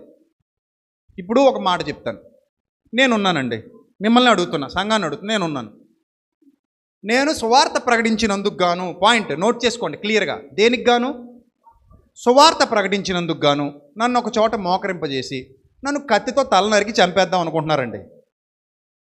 రేపే నరుకుతారు నన్ను. మీరేం చేస్తారు చెప్పండి? యాకోబు గారు తలిచ్చినట్టు మా అన్నయ్య కూడా తలిచ్చేస్తున్నాడు. రేపు వెళ్ళి వీడియో తీసి ఫేస్బుక్లో పెట్టుకుంటాం. విజయప్రసాద్ రెడ్డి గారి తల ఎలా నరకబడింది, నరికినప్పుడు ఎలా ఎగిరింది, రక్తం ఎంత కారింది, ఆయన కింద పడి గిలగిలా ఎలా కొట్టుకున్నాడు, ఎంతసేపు కొట్టుకున్నాడు, ఎంతసేపటికి చచ్చాడు, ఇదంతా వీడియో షూట్ చేసి బ్రేకింగ్ న్యూస్ మొదట నా ఛానల్లోనే అని పెట్టుకుంటారా? ఏం చేస్తారు చెప్పండి? ఏం చేద్దామండి? ఇప్పుడు యాకోబు గారిని నరికేసినట్టు నన్ను నరికేద్దాం అనుకుంటున్నారు. ఏం చేద్దాం? ఒప్పేసుకుందామా? యాకోబు గారిది రాజరికపు కాలం, ఇది ప్రజాస్వామ్య కాలం. అప్పుడు వాళ్ళకి అధికారం ఇచ్చింది నా దేవుడే, ఇప్పుడు వీళ్ళకి అధికారం ఇచ్చింది నా దేవుడే. సో ఆ అధికారానికి అప్పుడు లోబడమన్నాడు, ఈ అధికారానికి ఇప్పుడు లోబడమంటున్నాడు. ఆ చట్టాన్ని అప్పుడు గౌరవించారు, ఈ చట్టాన్ని ఇప్పుడు గౌరవిస్తాం. ఈ చట్టంతో ఇప్పుడు పోరాడతాం. ఆ చట్టంతో పోరాడే అధికారం లేదు కాబట్టి యాకోబు గారు తలిచ్చేశారు. ఇప్పుడు తలనివ్వం, అలాంటి తలలు తీయం. ఏం చేస్తాం? అసలు నువ్వు ఎవడు రా నా తల నరక? నాకి నువ్వు ఎవడు నా తల నరకడానికి అసలు అని అంటాం ఇప్పుడు. అంతే కదా? అది ఇచ్చేద్దామా? పోనీ చెప్పండి, మీరు ఇచ్చేద్దామంటే ఇచ్చేద్దాం. ఇచ్చేద్దామా? ఇవ్వం కదా, ఎలా ఇస్తామండి? ఇప్పుడు అలా అయితే సరే నేనంటే మీకు బయట ఉండి కాబట్టి నన్ను ఇచ్చేయమంటారు. మీరు మీది కాదు కదా ప్రాణం. సరే మీ ఇంట్లో వాళ్ళకి ఇదే పరిస్థితి, అది ఇచ్చేయమంటారా? నరికేసుకోండి, నరికేసుకోండి, మా వాడిని నరికేసుకోండి అంటారా? చట్టానికి ఫిర్యాదు చేస్తారా? సమస్య ఎక్కడిది? బయట నుంచి వచ్చింది, ఫిర్యాదు చేస్తాం, కోర్టుకు వెళ్తాం, పోరాడతాం. మన హక్కుల్ని మనం ఏం చేసుకుంటాం? వినియోగించుకుంటాం. సో ఆ కాలపు ప్రభుత్వాన్ని నిలబెట్టింది ఆ దేవుడే, ఈ కాలపు ప్రభుత్వాన్ని నిలబెట్టింది ఆ దేవుడే అయినప్పుడు ఆ ప్రభుత్వాన్ని, ఆ చట్టాన్ని, ఆ రాజ్యాంగాన్ని గౌరవించి దాన్ని వినియోగించుకోవడం తెలివైన క్రైస్తవుడి లక్షణం. నీతి నిమిత్తం హింసింపబడటం ధన్యతే, కానీ దానికి ఒక పద్ధతి ఉంటుంది, దానికి ఒక విధానం ఉంటుంది. ఇప్పుడు తిట్టాడు, పోయిందేమీ లేదు, భరించగలం. నిందించాడు, పోయిందేమీ లేదు, భరించగలం. హింసించాడు, పోయిందేమీ లేదు, భరించగలం. నీ బిడ్డను చంపేద్దామని రెడీ అవుతున్నాడు, ఏం చేస్తావు? చూస్తూ చూస్తూ బిడ్డను వదులుకుంటావా? నాన్న నన్ను చంపుతున్నారు నాన్న అని ప్రేమగా ఏడుస్తూ పిలుస్తుంటే చీమ కూడా పులైపోద్ది, పిల్లి కూడా పులవుద్ది. ప్రతిఘటిస్తాం. ప్రతిఘటించటం పాపం కాదు, ఖండించటం పాపం కాదు. నీ ఇల్లు ఎవడో దోచుకుంటాడు, దోచేసుకోమంటావా? సో సమయానుకూలంగా, సందర్భానుసారంగా ఆలోచించడం నేర్చుకోవాలి. ఒకవేళ ఎవరైనా వచ్చి అబ్బాయి ఇదంతా తప్పు, ప్రసాద్ రెడ్డి గారు చెప్పింది అంతా తప్పు, మన ఇల్లు ఎవడైనా దోచేసుకుంటే దోచేసుకొని ఇవ్వాలని అన్నాడు అనుకోండి, ఆడ అడ్రస్ చెప్పండి నాకు కొంచెం. మన సంఘంలో ఇల్లు లేని వాళ్ళు చాలామంది ఉన్నారు, ఇల్లు అందులో కూర్చొని పెడతా.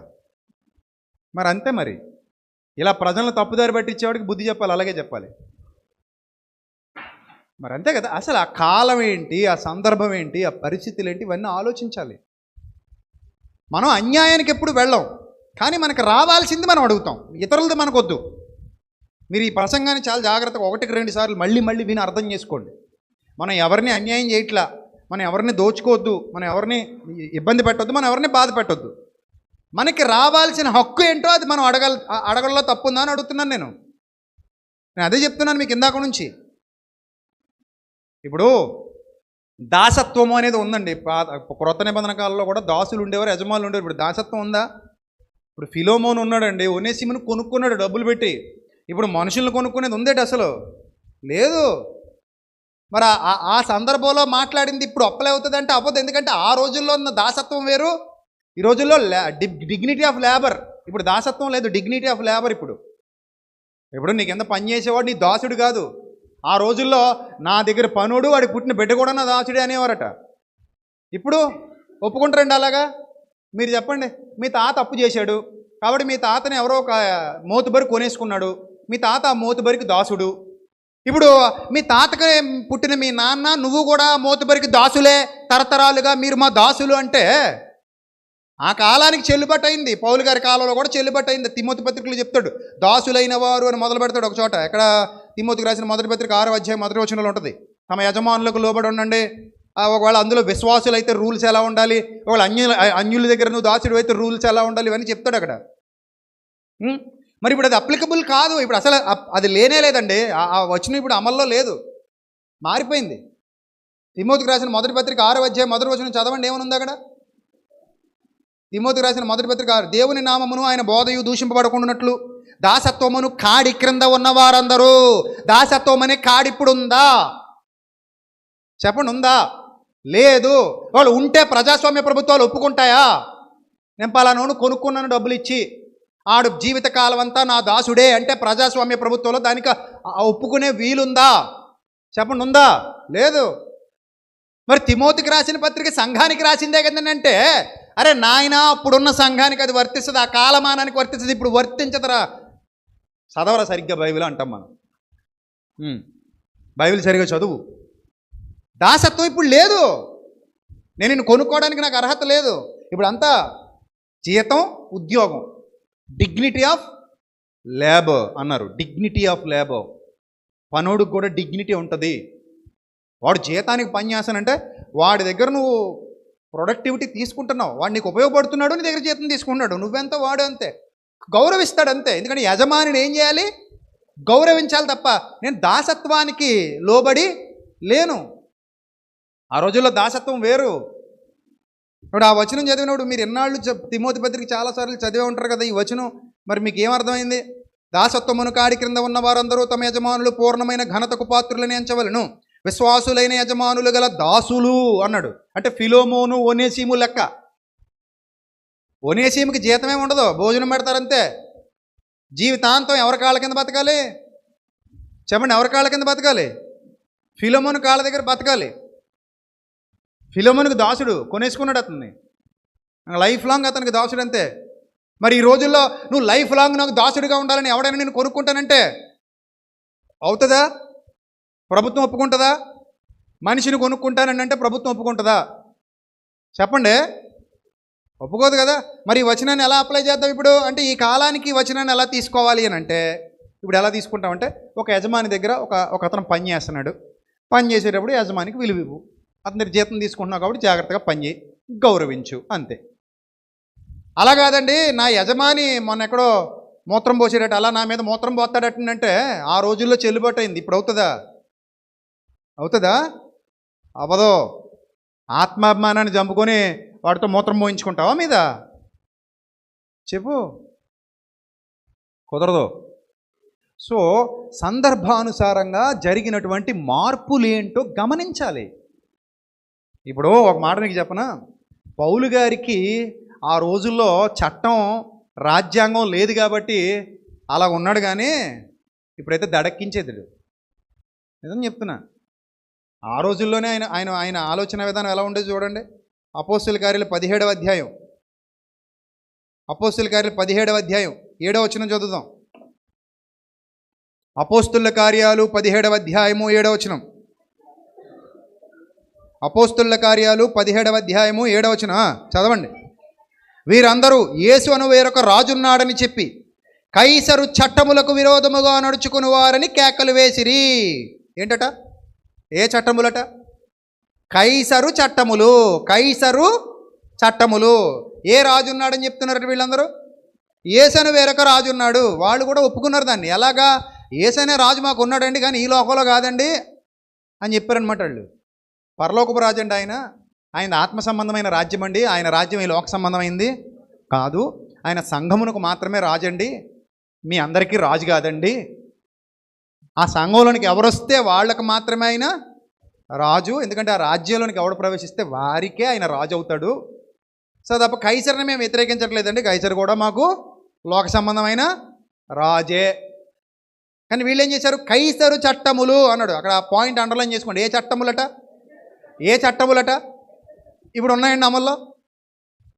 ఇప్పుడు బైబిల్లో ఉందా లేదా కైసరు చట్టాలు అనే మాట? బైబిల్లో ఉందా లేదా? కైసరు చట్టాలు అనే మాట బైబిల్లో ఉందా లేదా? ఉంది. ఇప్పుడు కైసరు చట్టం అనే మాట బైబిల్లో చదువుకున్నాం కాబట్టి మన బైబిల్లోనే ఉంది కదండి అన్నావు అనుకో, నువ్వు నిన్ను ఏమంటావు ఇప్పుడు? తెలుగు తక్కువడా? కాలానుగుణంగా బైబిల్ చదవడం నేర్చుకోరా, సందర్భానుసారంగా బైబిల్ చదవడం నేర్చుకోరా. కైసరు చట్టాలు అనేది బైబిల్లో ఉన్నా, కొత్త నిబంధనలో ఉన్నా ఇప్పుడు మనకి ఇది అప్లికబుల్ కాదు. చూసారా, పరిపూర్ణత అంటారు. బైబిల్ చదవడంలో ఒక పరిపూర్ణత.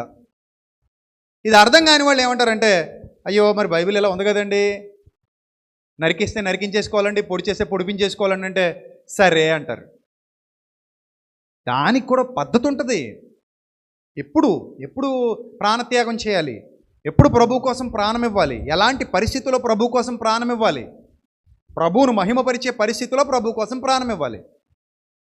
తప్పించుకునే పరిస్థితి ఉన్నప్పుడు తప్పించుకో. ఇంకొన్నాళ్ళ పాటు నువ్వు కుటుంబంతో ఉండొచ్చు, కొన్నాళ్ళ పాటు నువ్వు సువార్త చేయొచ్చు. పౌలు గారు కూడా చాలా సందర్భాల్లో ఏం చేశారు, తప్పించుకున్నారు. గంపతో దింపేస్తే, గంపలో గోడ మీద నుండి దింపేస్తే పారిపోయాడు. స్టెఫన్కి పారిపోయే అవకాశం లేదు, చంపేశారు, చచ్చిపోయాడు. యాకోబుకు పారిపోయే అవకాశం లేదు, నరికేశారు, అయిపోయింది. ఇప్పుడు పేతురు గారు కూడా చచ్చిపోవాల్సిందే, కానీ ప్రభు ఏం చేశాడు, తెలివిగా తప్పించేశాడు. అర్థమైందా? తప్పించేశారు కాబట్టి పేతురు గారు తప్పించుకున్నారు. చివరిలో వాళ్ళు చచ్చిపోయారు, ఎందుకంటే వాళ్ళు చచ్చిపోయిన కాలం అంతా, అపోస్తలులు చనిపోయిన కాలం అంతా రాజులే పరిపాలించారు. రాజులు పరిపాలించిన కాలం కాబట్టి వాళ్ళందరూ చచ్చిపోయారు, ప్రాణత్యాగాలు చేసేశారు. తప్పదు మరి.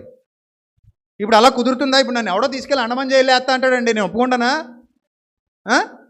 యోహాన్ గారిని పద్మాసు దీపాలు వేసినట్టు నన్ను ఎవడో అండమాన్లో వేస్తాను, నువ్వు ఎవడో నన్ను నేయడానికి అంటారు. నువ్వు ఎవడసలు నన్ను నేయడానికి? ఎందుకు? నేను ఇప్పుడున్న చట్టాన్ని వినియోగించుకుంటా, ఇప్పుడున్న రాజ్యాంగాన్ని వినియోగించుకుంటాను నేను. పౌలు కూడా వినియోగించుకున్నాడు. ఎలా చూడండి ఒకసారి, అపోస్తలుల కార్యాలు 25వ అధ్యాయం 8వ వచనం. అపోస్తలుల కార్యాలు 25వ అధ్యాయం 8వ వచనం ఒకసారి చదువుదాం. అపోస్తలుల కార్యాలు 25వ అధ్యాయం 8వ వచనం. పౌలు యూదుల ధర్మశాస్త్రమును గూర్చి, దేవాలయమును గూర్చి కానీ కైసరును గూర్చి కానీ నేనంత మాత్రము తప్పిదము చేయలేదని సమాధానము చెప్పాను. జాగ్రత్తగా చూడండి, ఆయన అడుగుతున్నాడట, నా మీద ఇన్ని నేరాలు మోపారు, నేనైతే ఈ విషయాల్లో ఏ విషయంలో కూడా తప్పు చేయలేదు అన్నాడు. తప్పు చేయలేదు అని చెప్పాడా, మౌనంగా ఉన్నాడా? చెప్పండి, మౌనంగా ఉన్నాడా, నోరు విప్పి మాట్లాడా? మాట్లాడాడు. మరి అన్ని సందర్భాల్లో మౌనంగా ఉండాలా? కాదు, కొన్ని సందర్భాల్లో మాట్లాడాలి. పిలాతు ముందు ప్రభు మౌనంగా ఉన్నాడు కదండి అంటే ఆ సందర్భం వేరు, అది అక్కడ జరగాలి. అలాగా అక్కడ కూడా ఆయన మీద చాలా నేరాలు మోపారు, ప్రభు మీద కూడా కొన్ని నేరాలు మోపారు. చూద్దాం ఒకసారి, అక్కడికి వెళ్దాం. ఇక్కడ చూడండి. అయితే ఫేస్తు యూదుల చేత మంచివాడు అనిపించుకున్నవాళ్ళని యెరూషలేముకు వచ్చి అక్కడ నా ఎదుటి ఈ సంగతులను గురించి విమర్శింపబడటం మీకు ఇష్టమని పౌలుని అడిగినందుకు పౌలు, కైసరు న్యాయపీఠం ఎదుట నిలువబడి ఉన్నాను, నేను విమర్శింపబడాల్సిన స్థలం ఇదే, యూదులకు నేను అన్యాయం ఏమీ చేయలేదని తమకు బాగా తెలియను, నేను న్యాయము తప్పి మరణము తగినది ఏదైనా చేసిన యెడల మరణానికి వెనక తీయను. ఒకవేళ నేను ఏమైనా మీ చట్టాలకు వ్యతిరేకంగా నడుచుకుంటే నన్ను చంపేయండి, రైట్? తర్వాత, వీరు నా మీద మోపుచున్న నేరములలో ఏదియు నిజము కాని ఎడలా నన్ను వారికి అప్పగించుటకు ఎవరి తరము? ఆ రోజుల్లోనే ఎలా ఉన్నాడంటే ఇప్పుడు ఎలా ఉంటాడు చెప్పండి? తడెక్కించేస్తాడు ఒక్కొక్కడిని. చట్టం, లా, దాంతో ఆడతాడు ఆట. ఎందుకు? ఇతని దగ్గర తప్పు లేనప్పుడు దాంతో ఆడతాడు ఆట అంటే మళ్ళీ మీరు మోసం చేసే ఆట అనుకోకండి, అలా కూడా ఆడొచ్చు. చాలాటి ఆటలు పౌలు ఆడ్డు. పౌలు ఆడే ఆట న్యాయబద్ధమైన ఆట, నిదానమే ప్రధానము. రహదారిలో వెళ్ళి ఆడతాడు, దొడ్డిదారిలో వెళ్ళి ఆడ్డు. దొడ్డిదారిలో వెళ్ళి ఆడేవాడు ఆట నిజమైన గెలుపునిచ్చేది దొంగాట. అది ఆ మాట కూడా ఉంది కదా సమాజంలో. ఏ ఆట? దొంగాట. దొంగాట అంటే దొంగడాడే ఆటని కదా. సో న్యాయమైన ఆట ఆడతాడనమాట. సార్, కైసరి ఎదుటనే చెప్పుకొందునను అనేను అన్నాడట. చూడండి ఏమన్నాడు? కైసరి ఎదుటనే చెప్పుకొందుననెను. అప్పుడు ఫేస్తు తన సభవారితో ఆలోచన చేసి తర్వాత కైసరి ఎదుట చెప్పుకుందునంటే కైసరునొద్దకే పోవుదునని ఉత్తరం ఇచ్చాను. చూడండి, నేను ఎక్కడికి వెళ్ళిపోతాను ఇప్పుడు? Direct head of the department ఉన్నాడు కదా, ఆడ పోతా. మీ చట్టాలు నేను గౌరవిస్తున్నా, మీ చట్టాలకు వ్యతిరేకంగా నేను చేయలేదు అని అన్నాడు. ఇక మరొక చోట అయితే అద్భుతమైన సందర్భం రాయబడింది. అపోస్తలుల కార్యాలు 22వ అధ్యాయం 23వ వచనం. అపోస్తలుల కార్యాలు 22వ అధ్యాయం 23వ వచనం కూడా చదవండి. వారి కేకలు వేయచ్చు, తమ బట్టలు బిదిల్చుకొని ఆకాశముతో దుమ్మెత్తిపోయిచుండగా వారు అతని విరోధముగా ఎలాగూ కేకలు వేసిన హేతువేమో తెలుసుకున్నట్టుకై సహస్రాధిపతి కొరడాలతో అతన్ని కొట్టి విమర్శించాలని చెప్పి కోటలోనికి తీసుకుపోండి ఆజ్ఞాపించాడట. ఎవరిని? పౌలు గారిని. ఎలాగట? కొరడాలతో చితగొట్టేయండి, కొట్టేసి అప్పుడు తీసుకెళ్ళి విమర్శించండి అన్నాడట. ఏమండి? అది ఎవరికి చెల్లుబాటు అవుద్ది అంటే రోమీయుడు కానివాడికి చెల్లుబాటు అవుద్ది, కానీ రోమా పౌరసత్వం ఉన్నోడికి అవ్వదు. ఇప్పుడు అమెరికా చట్టాలు వేరు, మన చట్టాలు వేరు. అర్థమైందా?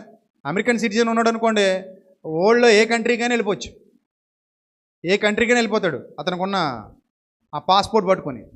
అక్కడికి వెళ్ళి వీసా తీసుకుంటాడు అవసరం అయితే. ఇప్పుడు మనం అలా తిరగడానికి అవ్వదు. కొన్ని కంట్రీస్కి వెళ్ళొచ్చు మనం కూడా, కొన్ని కంట్రీస్కి మనం వెళ్ళలేము. అక్కడ గ్రీన్ కార్డు ఉన్నాడు అనుకోండి, ఇంక వాళ్ళు వచ్చి ఎక్కడికైనా తిరుగుతారు చక్కగా. మనకు ఆ ఛాన్స్ లేదు కదా. సో ఫ్యూచర్లో ఏమైనా మారితే మారొచ్చు. అది ఫ్యూచర్లో ఏమైనా జరిగితే జరగవచ్చు, ప్రస్తుతానికి లేదు. సో ఇక్కడ కూడా రోమీలకు ఉన్న ప్రత్యేకమైన చట్టం ఇది. ప్రభుత్వమే రోమీలది కాబట్టి వాళ్ళకి స్పెషల్గా రాసుకున్నారు. ఆ రోమా పౌరుషత్వం ఉన్నోడికి స్పెషల్గా కొన్ని అధికారాలు ఇచ్చారు, పర్సనల్గా ఇచ్చారు, పర్సనల్ అధికారాలు. ఇప్పుడు కూడా చూడండి, టోల్ గేట్లోంచి మన బండి వెళ్ళాలంటే డబ్బులు కట్టాలట. అదే పాపం బీదలు, మన బీద నాయకులు ఉంటారు కదా, వాళ్ళు వెళ్తే డబ్బులు కట్టక్కర్లేదు, పక్క నుంచి వెళ్ళిపోతారు చక్కమని. ఆ ట్యాగ్ స్టిక్కర్ వేసుకుని చాలామంది పోతుంటారు. ఇది పలానా ప్రభుత్వ అధికారి బండి, ఇది పలానా ప్రజానాయకుడి బండి, ఆ బండి ఈ బండి అని కొన్ని స్టిక్కర్లు వస్తాయి కదా. ఆ స్టిక్కర్లు వేసుకుని వాళ్ళు టోల్ గేట్ నుంచి వెళ్ళిపోతారు. పాపం మరి వాళ్ళు కడుపు బీదలు కదా, వాళ్ళ దగ్గర టోల్ గేట్ వసూలు చేయడం, టోల్ ట్యాక్స్ వసూలు చేయడం తప్పు కూడా. మనం కూడా ఖండించాలి దాన్ని. సో మనం అంటే మరి బాగా నిండా మునిగిపోయి ఉన్నాం. కోట్లు ఏం చేసుకోవాలో అర్థమవుతలేదు మనకి. ఆ లారీ డ్రైవర్లు ఉంటారు, వాళ్ళకి కోట్లు ఎక్కువైపోయి పాపం వాళ్ళు ఏం చేసుకోవాలో వాళ్ళకి తెలియట్లేదు. ఈ బస్సు వాళ్ళు ఉన్నారు, వాళ్ళకి డబ్బులు ఎక్కువైపోయాయి. మనకి పర్సనల్గా కార్లు కొనుక్కున్న వాళ్ళకి డబ్బులు ఎక్కువైపోయాయి. మనం కోట్లు స్విస్ బ్యాంక్ నిండా మన అకౌంట్లో ఉన్నాయి. సో ఖచ్చితంగా మనం ఏం చేయాలి? టోల్ కట్టాలి. టోల్ గేట్ నుంచి వెళ్ళామంటే మన టోల్. మరి పాపం మళ్ళీ కడుపు బీదలు, పాపం రెక్కాడితే కానీ డొక్కాడదు. పొద్దున పోతారు ఆయన కారులో, ఫార్చునర్లో పొద్దునే పోతారు. సాయంత్రం దాకా ఇటుకల బట్టీలోనో లేకపోతే కోరిలోనో పాపం తవ్వుకొని మళ్ళీ ఫార్చునర్ వేసుకుని ఇంటికి వచ్చేస్తుంటారు. పాపం వాళ్ళకి ఇంట్లో అన్ని ఇబ్బందులే, చాలా సమస్యలు. అలా హాస్పిటల్కి వెళ్ళాలన్నా కూడా ఒక డాక్టర్లు ఇంటికి వచ్చేస్తాడు, అంత బాధ. వీళ్ళు హాస్పిటల్కి వెళ్ళే అవకాశం ఇవ్వరు పాపం. సో ఇన్ని ఇబ్బందులు పడుతున్న వాళ్ళు మరి టోల్ ఎలా కడతారండి? వాళ్ళు తప్పు కదా. అందుకని అంత గొప్ప ప్రజాప్రతినిధుల దగ్గర టోల్ గేట్ ట్యాక్స్ వసూలు చేయకూడదు. స్పెషల్ చట్టాలు ఇవన్నీ. సో ఆ రోజుల్లో కూడా స్పెషల్ చట్టాలు ఎవరికట? రోమీలకి. సామాన్యుడికి స్పెషల్ చట్టాలు లేవు. ఇప్పుడు చూడండి, సామాన్యుడిని అయితే కొట్టేసి విమర్శించవచ్చట. అంటే ముందు 4 పీకేసి అప్పుడు రా పని చేయలేరా అనొచ్చట. ఎంత అందమైన చట్టం, దిక్కుమాల చట్టం, మంచి చట్టం అది. ఇప్పుడు ఏమన్నాడట? కొరడాలతో కొట్టేయండి రా అన్నాడట. కొట్టేసి ఏం చేస్తారట? అప్పుడు పంచాయతీకి తీసుకెళ్తారట. అప్పుడు నిర్దోషం తేలితే ఇంటికి అలైన్మెంట్ రాసుకోవడమే. ఎంత మంచి చట్టమో చూడండి. సో అలాంటి దిక్కుమాల చట్టాలు అమల్లో ఉన్నాయి ఇప్పుడు. అప్పుడు ఏం చేశాడు చూడండి, సహస్రాధిపతి కొరడాలతో అతన్ని కొట్టి విమర్శించాలని చెప్పి కోటలోనికి తీసుకుపోండి అని ఆజ్ఞాపించను. వారు పౌలును వారులతో కట్టుచున్నప్పుడు అతడు తన దగ్గర నిలిచి ఉన్న శతాధిపతిని చూసి అన్నాడట. శతాధిపతి అంటే 100 మంది మీద అధిపతి.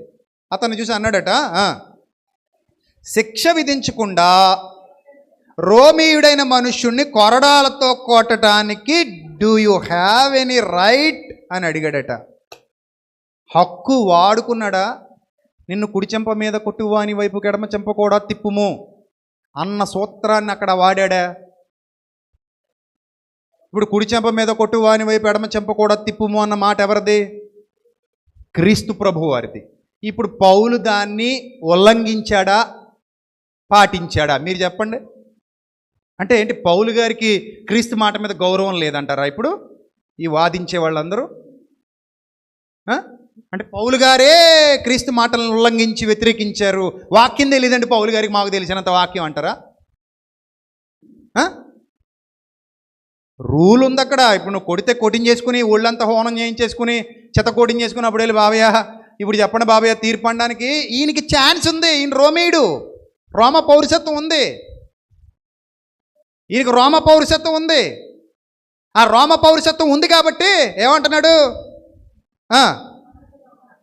శతాధిపతి ఆ మాట విని సహస్రాధిపతి దగ్గరకు వచ్చి నువ్వేం చేస్తున్నావు తెలుసా? ఏదో నీ కింద 1000 మంది ఉన్నారు, నువ్వు పొగరెక్కిపోయి ఉన్నావు.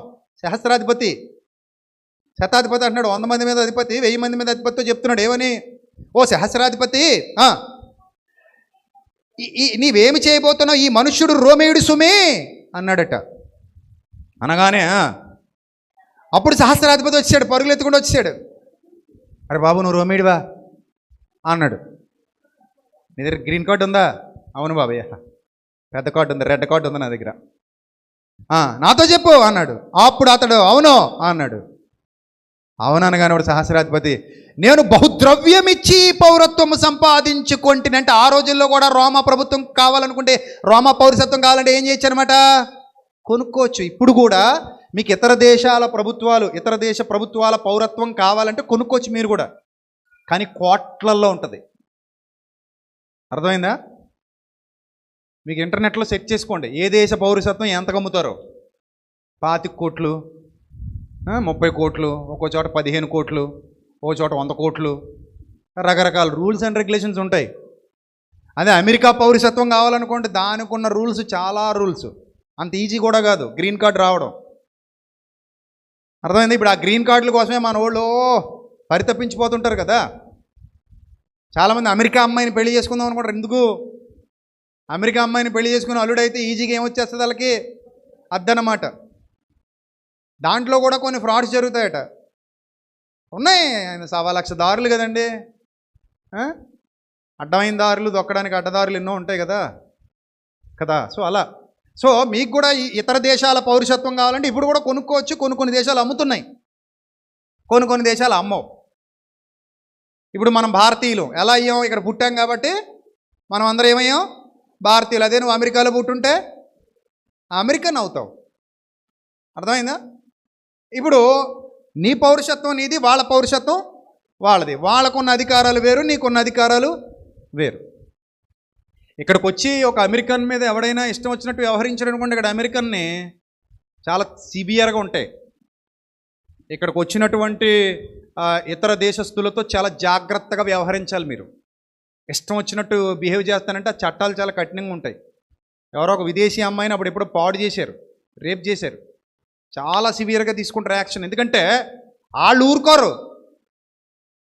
అర్థమైందా? వాళ్ళు ఊరుకోరు. వాళ్ళ ఆఫీసులు ఇక్కడ కూడా ఉంటాయి, గట్టిగా ప్రెజర్ చేస్తారు. చాలా పెద్ద ఇష్యూ అయిపోద్ది. అందుకని ఆ చట్టాలు వేరు, ఆ విధానాలు వేరు. ఇక్కడ కూడా ఇతను అంటున్నాడు సహస్రాధిపతి, అరే నాయన నేను ఎంతో డబ్బు పెట్టి కొనుక్కున్నాను రా నాయన, ఇది నీకు ఎలా వచ్చేసింది ఫ్రీగా? నువ్వు ఎలా రోమా పౌరసత్వం ఎలా సంపాదించుకున్నావు నువ్వు అని అడిగితే అతను అన్నాడట, నేనైతే పుట్టుకతోనే రోమేయుడినే అన్నాడట. పౌలు గారికి స్పెషల్ కార్డు ఉందన్నమాట. పుట్టుకతోనే రోమేయుడిని. కొడతావా నన్ను? బాబు కొట్టం బాబు, నీ మీద చెయ్యేస్తే ఇంకేమైనా ఉందా? నీ మీద చెయ్యేస్తే ఇంకేమైనా ఉందా? నువ్వు పుట్టుకతోనే రోమేయుడివా? నేను డబ్బులెట్టు కొనుక్కుని రోమేయుడిని అయ్యా, కాబట్టి నిన్ను టచ్ కూడా చేయకుండా ఏం చేశారట? కాబట్టి అతన్ని విమర్శింపబోయిన వారు, 29 వచనం అండర్లైన్ చేసుకోండి అందరూ. కాబట్టి అతను విమర్శింపబోయిన వారు వెంటనే అతను విడిచిపెట్టిరి, మరియు అతడు రోమేయుడని తెలుసుకున్నప్పుడు అతను బంధించినందుకు సహస్రాధిపతి కూడా గజ గజ గజ గజ వణికెను, భయపడెను. ఇప్పుడు పౌలు దాన్ని వాడా వాళ్ళదా? కార్డు బయట తీశాడా తీయలేదా? కార్డు బయట తీశాడా తీయలేదా? తీశాడు. మరి కుడి చెమ్మ మీద కొడతానన్నప్పుడు ఎడమ చెమ్మ తిప్పేయాలిగా. చెప్పండి, తిప్పేయాలి కదా. ఒక కొరడా దెబ్బ కొట్టాలనుకుంటున్నారా సారు? 100 కొట్టండి సారు అనాలా? అనలా అక్కడ. సో ఆ సందర్భం ఏంటి, ఆ సిచ్యువేషన్ ఏంటి, ప్రభు ఏ ఉద్దేశంతో చెప్పారు, ఎక్కడ చెప్పారు, ఏ సందర్భంలో ప్రభు ఆ మాట చెప్పారు? కుడి చెంప మీద కొట్టు వాని వైపుకు, ఎడమ చెంప కూడా తిప్పుమనే కాంటెక్స్ట్ ఏంటి, అది ఎవరితో చెప్పాడు, ఏ సందర్భానికి అది వర్తిస్తుంది, ఇది ఏ సందర్భానికి వర్తిస్తుంది? ఇంత విజ్ఞానం, వివేకం బైబిల్ గ్రంథంలో మీరు సంపాదించగలగాలి. అలా సంపాదించినప్పుడు మీరు మోసపోరు. అందుకే ఈ ప్రసంగం మీకు అర్థం కాకపోతే ఇంకో 10 సార్లు వినండి అంటున్నాను నేను. తెలివైనోడికి అర్థం అవుతుంది, తెలివి తక్కువడు ఇంకా అంతేనంటారా అంటాడు. మనం ర్యాలీ చేయొచ్చా? మనం నిరసన చెప్పొచ్చా? మనకి ప్రాబ్లం వచ్చింది చట్ట ప్రకారం పోరాడొచ్చా? మనకి ఇబ్బంది వచ్చింది ప్రశ్నించవచ్చా? చెప్పండి, ఇప్పుడు చెప్పండి, ఏం చేద్దాం? వద్దు అన్నారనుకోండి, మీకు జీవితం నడదు. ఇంకా ఇక్కడ నడదు, అడవిలోకి వెళ్ళిపోండి. అక్కడ కూడా కొన్ని చట్టాలు ఉంటాయి అడవిలో, మళ్ళీ నిన్ను అక్కడ అరెస్ట్ చేస్తారు. నిన్ను అడవిలో ఏం చేస్తున్నావు నువ్వు అని, గంధం చెట్లు కానీ నరుకుతున్నావు ఇట్రా నువ్వు అంటారు. లేదా ఉగ్రవాద కార్యకలాపాలని చేస్తున్నావా, లేదా నక్సలైట్లు కానీ తోడుగా ఉన్నావు అంటారు. మరి సో చట్టాలని గౌరవించాలి, చట్టాలకు లోబడాలి, మన హక్కుల్ని మనం ఏం చేయాలి? కాపాడుకోవాలి. సందర్భానుసారంగా అర్థం చేసుకోండి. ఏ పరిస్థితిలో ఏం చేయాలి? ఒకానొక చోట యేసుప్రభుని రాజుని చేయాలనుకున్నప్పుడు తప్పించుకుని వెళ్ళిపోయారు ఆయన. నజరేతు పరిసరాల్లో ఆయన చంపాలనుకున్నప్పుడు కొండపేటుకు తీసుకెళ్ళి కిందకు తోసేసి చంపాలనుకున్నప్పుడు చంపేసుకోండి అన్నారు కదా మరి అప్పుడు ఆయన. ఇప్పుడు కుడి చెంప మీద కొట్టు ఆయన ఎడమ చెంప కూడా తిప్పన్నప్పుడు యేసుప్రభు వారిని చంపాలనుకున్నారు, కొండపేటుకు తీసుకెళ్ళి తోసేద్దామని చూశారు ఆయన్ని. లోకాసు వార్తలు ఉంది. అప్పుడు ఆయన చంపేసుకోండి బాబయ్య, నేను చెప్పిన బోధ ప్రకారం నన్ను చంపేయండి అని అన్నాడా? ఆయన తప్పించుకుపోయాడా? చెప్పండి, తప్పించుకుపోయాడు. అంటే ఆ సందర్భానికి అక్కడ ఆ పరిస్థితికి తగ్గట్టుగా ఆయన వ్యవహరించాడు. That is the situational thinking అంటారు దాన్ని. ఇది అర్థం కాని మూర్ఖులు ఒక చొక్కా తెచ్చి అందరికి తొడిగేద్దామని చూస్తారు. గతంలో కూడా నేను చెప్పాను, చాలామంది రెండో పెళ్ళి లేదా పునర్వివాహం అనగానే వాళ్ళు ఏమంటారంటే, అరే రెండో పెళ్ళి చాలా తప్పండి, ఒకవేళ నీ భర్త కానీ నీ భార్య కానీ నేను విడనాడి వెళ్ళిపోతే అది వ్యభిచార కారణమును బట్టి అయితేనే విడనాడాలండి, విడాకులు ఇవ్వాలండి, లేకపోతే చాలా పెద్ద పాపం అండి ఇది అంటాడు ఒకడు. వాడి జీవితాన్ని మనం అబ్జర్వ్ చెయ్యం, వాడి జీవితాన్ని మనం అర్థం చేసుకుని మాట్లాడితే ఇన్ని ఉంటాయి అలా మాట్లాడేవాడికి కూడా. అంటే వాడికి తెలియదు, బైబిల్ తెలీదు. ఇప్పుడు విడాకులు ఏ సందర్భంలో ఇవ్వాలి? వ్యభిచార కారణాన్ని బట్టి మాత్రమే విడాకులు ఇవ్వాలి, యేసుప్రభు వారి బోధలో ఉంది. ఇప్పుడు నేను ఒక విషయం చెప్తాను మీకు, జాగ్రత్తగా వినండి. ఆ మధ్యకాలంలో నాకు ఫోన్ వచ్చింది, ఎంత ఒక 6-7 నెలల క్రిందటే, పెద్ద టైం ఏం పట్టదు. చెల్లెమ్మ హైదరాబాద్లో ఉంటుంది. పెళ్ళి చేశారు అమ్మాయికి. ఆ అబ్బాయి ఏం చేస్తున్నాడంటే, సూది పిన్నిసి ఉంటుంది కదా, గుండు సూది, ఆ అమ్మాయి వీళ్ళిద్దరూ పడుకున్నప్పుడు ఆ అమ్మాయిని ఒంటి మీద దీంతో పొడుస్తుంటాడట. పొడుస్తుంటే ఆ అమ్మాయి అరుస్తుంటే వీడికి సంతోషం వస్తుంటుందట. అప్పుడు గోళ్ళతో రక్కేస్తుంటాడట, వీపు మీద, బుగ్గల మీద, కనబడకుండా, బుగ్గల మీద కనబడదు కదా, వీపు మీద లోపల భాగాల్లో రక్కుతుంటాడట గోళ్ళతో. అలా రక్కేసి ఆనందపడుతుంటాడట. ఇప్పుడు కాపురం మీరైతే చేస్తారా ఆడితో? ఇప్పుడు బైబిల్ తీసి వ్యభిచార కారణమును బట్టి గాక ఇట్టి సైకోగాడికి విడాకులు ఇవ్వకూడదు, ఈ శాడిస్ట్ గాడికి విడాకులు ఇవ్వకూడదు అని చెప్తారా? మళ్ళీ వాడు ఏం చేస్తాడో తెలుసా? నిజం పిచ్చోడు కదాడు. మళ్ళీ ఏం చేస్తాడంటే వీళ్ళ అమ్మ నాన్న వచ్చినప్పుడు చాలా ప్రేమగా, అత్తయ్య గారు బాగున్నారా, మామయ్య గారు ఎలా ఉన్నారు, బాగున్నారా, తీసుకురా మీ నాన్న వచ్చాడు, టీ తీసుకురా, మీ అమ్మ వచ్చింది, కాఫీ పట్టు అంటాడట దొంగోడు. నేనైతే హార్పిక్ పట్టించేద్దును. అప్పుడు నేను అన్నాను, అమ్మ మరి ఈ విషయం మీ అమ్మా నాన్నలకు చెప్పామంటే, చెప్పాను అన్నయ్య, మరి ఏం చేద్దామంటే వాళ్ళు మేము కూడా మరి ఏం చేయగలం, నేను భరించలేమంటున్నారు అన్నయ్య అంది. అన్నాను, అమ్మ నువ్వేమైనా జాబ్ ఉందా అంటే, ఒక జాబ్ చూసుకుంటాను అన్నయ్య, ఉంది ఆల్రెడీ, ఈ దరిద్రుడి కోసమని మానేశాను అన్నయ్య అంటే, మళ్ళీ జాబ్లో జాయిన్ అయిపో, విడాకులు ఇచ్చేయి అని చెప్పా. నేను తప్పు చేశానా? ఒకవేళ నేను తప్పు చేశానని ఎవడన్నా అన్నాడు అనుకోండి, దా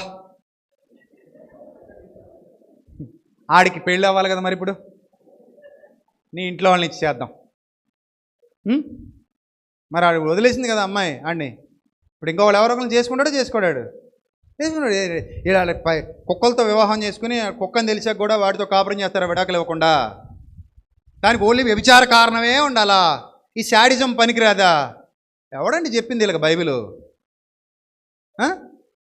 సో ఇప్పుడు ఆ అమ్మాయిని నువ్వు రెండో పెళ్లి చేసుకుంటూ, ఆ అమ్మాయి పెళ్లి చేసుకుంది అనుకున్నావు, సంవత్సరం తర్వాత నువ్వు రెండో పెళ్లి చేసుకున్నావు కదా అంటారా?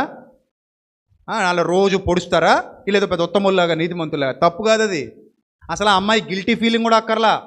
ఒకవేళ ప్రభువునందు ఎవడైనా ఉత్తముడు దొరికితే నేను వివాహం చేసుకుంటానంటే చేసుకో, అదేం తప్పు కాదు. మూర్ఖత్వంతో వ్యవహరించే వాళ్ళు ఉన్నారు, కనికరం లేదు చాలామందికి.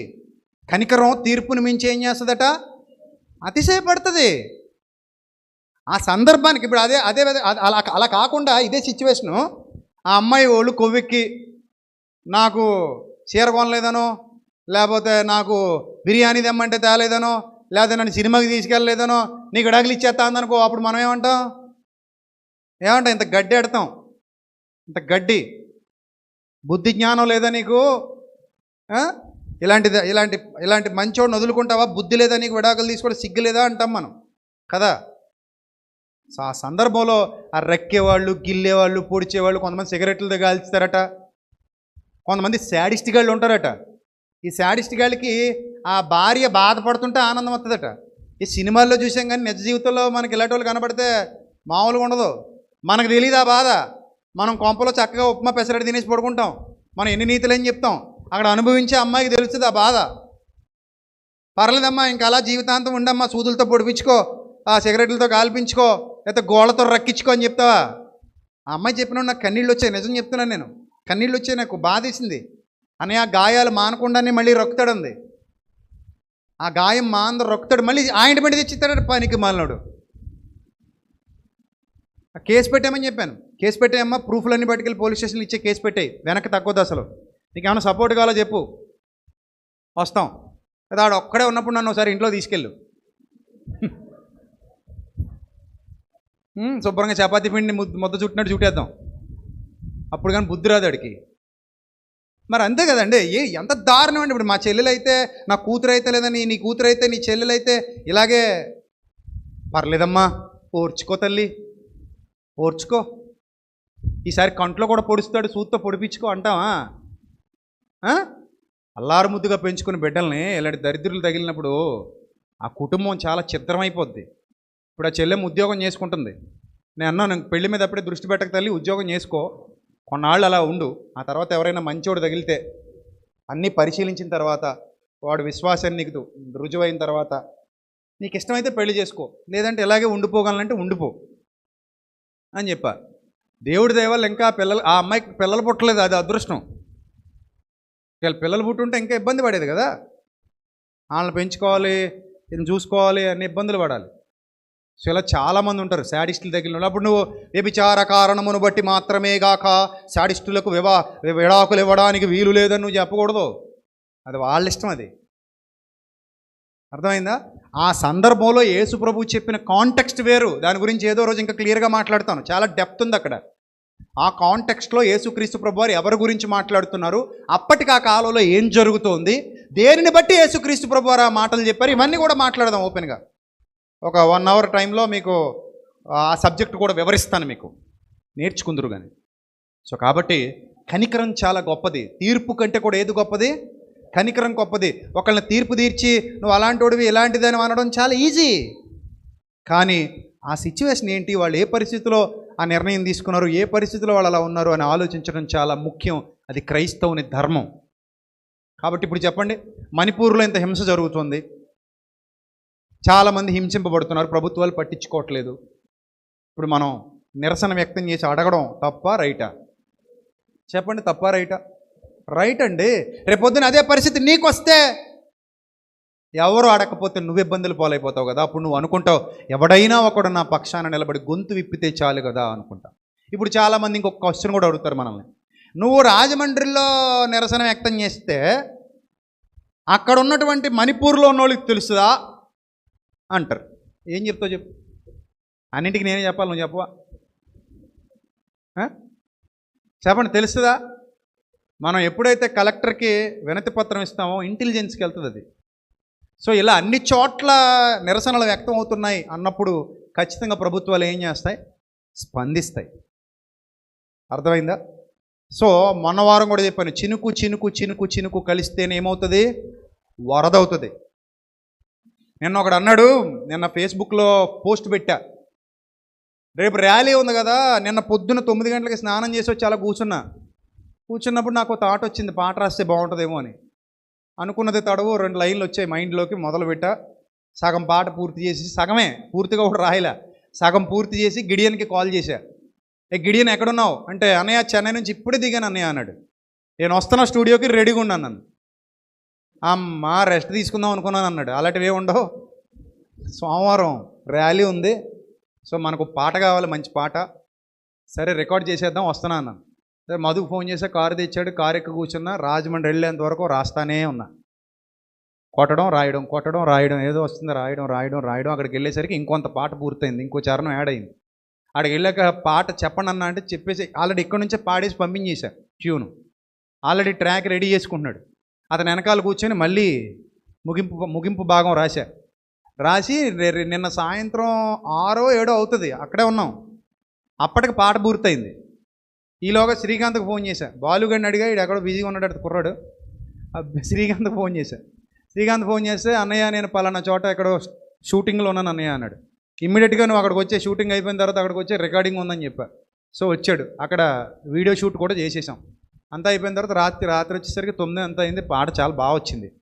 కింద ఒకడు కామెంట్ చేశాడు, నువ్వు ఇప్పుడు తెలుగులో పాట రాసేస్తే హిందీలో ఉన్న వాళ్ళకి అర్థమైపోద్దా, ఆ మణిపూర్ వాళ్ళు పాడేసుకుంటారా, ఇప్పుడు నువ్వు తెలుగులో పాట రాసేస్తే ఇప్పుడు అది వాళ్ళకి మేలు చేసేస్తుందా అన్నాడు.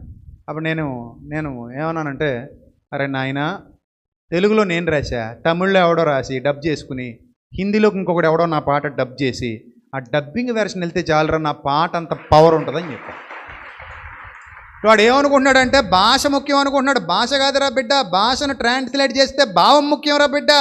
నా పాటలో భావాలు చూడు కదిలిపోతాయి, అలా ఉంటుంది పాట. ఆగస్టు 15 దాకా వాడుకోవచ్చు మీరు. నేను ఎప్పుడు ఆగస్టు 15కి పాట రాయలేదు. సో ఈ పాటలో అన్నీ నాకేం కావాలో అన్నీ ఇంక్లూడ్ చేసి చక్కగా ఒక మంచి పాట పూర్తి చేశా.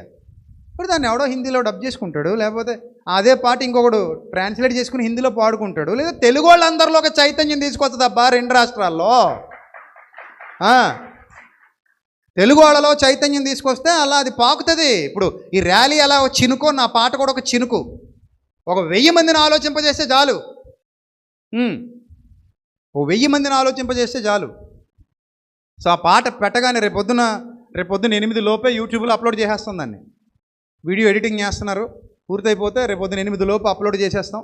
అప్లోడ్ చేసేస్తే వెళ్ళిపోతుంది, ఎంత దూరం పోవాలో పోద్ది, రేపు ర్యాలీలో ప్లే చేస్తాం. ఆల్రెడీ ఒకప్పుడు ఇలాగే యేసుక్రీస్తు వివాహితుడు కాదన్నప్పుడు కూడా ఒక పాట రాశాను, అప్పటికప్పుడు రాసింది అది కూడా.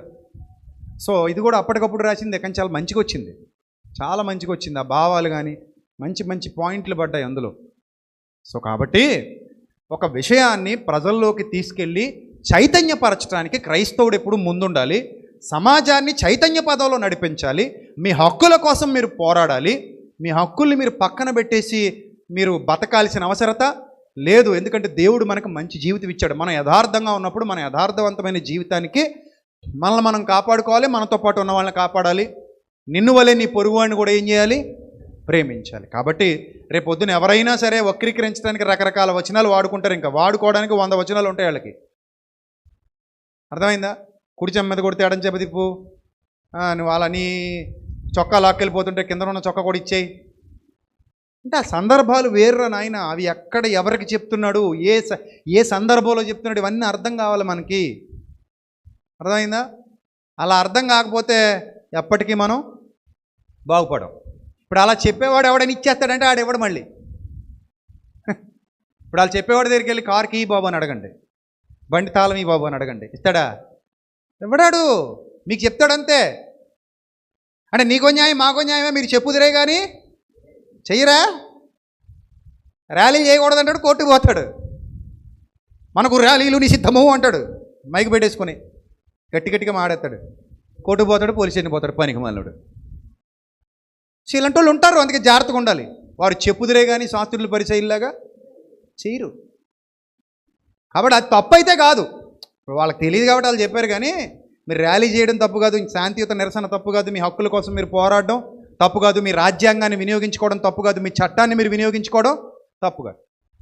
ఇంకొక ఆయన కూడా మన ఏదో అడిగాడు, ఏమండి మరి మతం మారితే కులం మారాలి కదండి అన్నాడు. నేను అన్నాను, అసలు మతం మారితే కులం మారాలని 1947 తర్వాత వచ్చిన రాజ్యాంగంలో ఉందా అని అడిగాను. ఉందా? లేదు కదా. మరి మధ్యలో చొప్పించారుగా. మధ్యలో చొప్పించిందని మా మీద రుద్దేస్తామంటే ఎలా కుదురుతుంది? ఎన్నో విషయాల్లో సవరణ చేశారు కాబట్టి ఆ విషయంలో కూడా దయచేసి సవరణ చెయ్యండి. మతానికి కులానికి సంబంధం ఏంటి? అసలు కులం పుట్టుకతో వస్తుంది, మతం పుట్టుకతో వస్తుందా? రావట్లేదుగా. మరి మధ్యలో వచ్చిన మతం మారడం వల్ల పుట్టుకతో వచ్చిన కులం ఎందుకు మారాలి? అదెందుకు పోద్ది? సో ఎన్నో విషయాల్లో రాజ్యాంగాన్ని సవరించారు కాబట్టి ఈ విషయంలో కూడా రాజ్యాంగాన్ని సవరించండి. లేదా ఉన్నత కులాల వాళ్ళందరూ మతాలు మారిపోతే మరి వాళ్ళకి షెడ్యూల్ క్యాస్ట్లో పెట్టేసి రిజర్వేషన్లు కల్పిస్తారా? అది కూడా చెప్పండి. అబ్బే అలా చేయమండి అంటారు మళ్ళీ. సో కాబట్టి తీసేస్తే మొత్తం దేశంలో కులం తీసేయండి, మొత్తం తీసేయండి, కులం తీసేయండి, నో క్యాస్ట్ పెట్టండి. అప్పుడు ఎవరికి నచ్చుతున్నాడో నో క్యాస్ట్ తీసుకుంటాడు. అర్థమైందా? అలా కాకుండా మతం మారితే కులం మారాలి అంటే మాత్రం అది చాలా తప్పది. మధ్యలో వచ్చింది అది, అలా కుదరదు అది. దాని గురించి ప్రభుత్వాలు ఆలోచన చేసి దాన్ని సవరించాలి. అంతే తప్ప నేను నీ కులం ఇది కాబట్టి నువ్వు ఈ మతంలోకి వచ్చావు కాబట్టి నీకు రావాల్సినవన్నీ కట్ చేసేస్తావంటే పూర్వం నుంచి తొక్కి అనగదొక్కేసిన జీవితాలు వాళ్ళవి. వాళ్ళకి నచ్చిన మతంలోకి వాళ్ళు వెళ్ళినప్పుడు వాళ్ళకి రావాల్సినవి కూడా తీసేస్తానంటే నువ్వు ద్రోహివి. మరి అలాగైతే ఎన్నో సంవత్సరాలుగా అనగదొక్కబడిన జీవితాలకు నువ్వేం సమాధానం చెప్తావు చెప్పప్పుడు చెప్పగలవా? చెప్పలేవు. కాబట్టి సమస్యలు చాలా ఉన్నాయి. అన్నిటినీ కూడా నిశితంగా పరిశీలన చేసి సరైన నిర్ణయం తీసుకోవాలి. అంతే తప్ప గుడ్డెద్దు చేలో పడ్డట్టుగా మాట్లాడకూడదు, ఆలోచించకూడదు. బైబిల్ని కూడా చాలా జాగ్రత్తగా మీరు అర్థం చేసుకోవాలి. తొందరపాటు నిర్ణయాలు తాగవు. ఈరోజు చాలా విస్తృతంగా మీతో మాట్లాడాను. నేను అందరికీ అర్థమైందని అనుకుంటున్నాను. అర్థం అవ్వాలని ఎంతసేపు మాట్లాడాను. ఏదో కట్టె కొట్టె తెచ్చి అని చెప్పేస్తే మీకు అర్థం కాదు కాబట్టి చాలా లోతుగా మాట్లాడా. రేపు ఉదయం ఎన్ని గంటలకి? సరిగ్గా 7:30 కల్లా మీరు అందరు ఇక్కడ ఉండాలి. మీరే కాదు, రాజమండ్రి, మండపేట సంఘాల వాళ్ళందరూ ఇక్కడ ఉంటే ఇక్కడ నుంచి ర్యాలీగా మనం శాంతియుతంగా రాజమండ్రి వెళ్ళిపోతాం. అక్కడ సేవకులందరూ మనతో కలుస్తారు. అక్కడ మనం మీడియాతో మాట్లాడతాం. లేదు మధ్యలో యాడ్ అవుతాం అంటే మధ్యలో యాడ్ అవ్వండి. కొన్ని కుర్రాళ్ళతో కాంటాక్ట్లో ఉండండి. బయలుదేరారా, ఎక్కడి వరకు వచ్చారు అంటే సరిపోతుంది. బైక్లు, కార్లు, ఆటోలు మాత్రమే. ఏమండి, అలా బైకుల్లో రావాలనుకుంటే భార్యాభర్తలు రండి, హ్యాపీగా. స్త్రీలు కూడా రావచ్చు, తప్పేం లేదు. అక్కడ కూడా స్త్రీలు చాలామంది రాజమండ్రిలో యాడ్ అవ్వబోతున్నారు. సో చక్కగా మాట్లాడేద్దాం, మధ్యాహ్నానికి ఇంటికి వచ్చేద్దాం. రైట్, తల్ల వంచండి, ప్రార్థన చేసుకుందాం. అలాగే మరలా చెప్తున్నా, ఆగస్టులో మణిపూర్ వెళ్ళబోతున్నాం. ఒకవేళ ఎవరైనా స్వచ్ఛందంగా అక్కడ ఉన్న వాళ్ళకి మేము సహాయం చేస్తాం. కేవలం క్రైస్తవులకు మాత్రమే కాదు, అక్కడ బాధింపబడుతున్న వాళ్ళకి, ఎవరైతే రెస్క్యూ చేయబడ్డారో వాళ్ళకి, ఎవరైతే హోమ్స్లో ఉన్నారో వాళ్ళకి, ఏమండి వాళ్ళకి మేము హెల్ప్ చేద్దాం అనుకుంటున్నాం అన్న వాళ్ళు ఎవరైనా ఉంటే మీ యొక్క సహకారాన్ని మాకు అందించవచ్చు. మా ద్వారా ఆ సహకారం అక్కడికి వెళుతుంది. తప్పకుండా తీసుకెళ్ళి వాళ్ళకి ఆ సహకారాన్ని మేము అందిస్తాం. సో అలా ఎవరైనా ఇన్స్పైర్ అయిన వాళ్ళు ఉంటే మన 8500006339 నెంబర్ని కానీ 8500006349 నెంబర్ కానీ సంప్రదించండి. లేదా ఆ నెంబర్స్కి మీ సహకారాన్ని ఒకవేళ పంపిస్తామంటే మీ దగ్గర ఎంత ఉంటే అంత పంపించండి.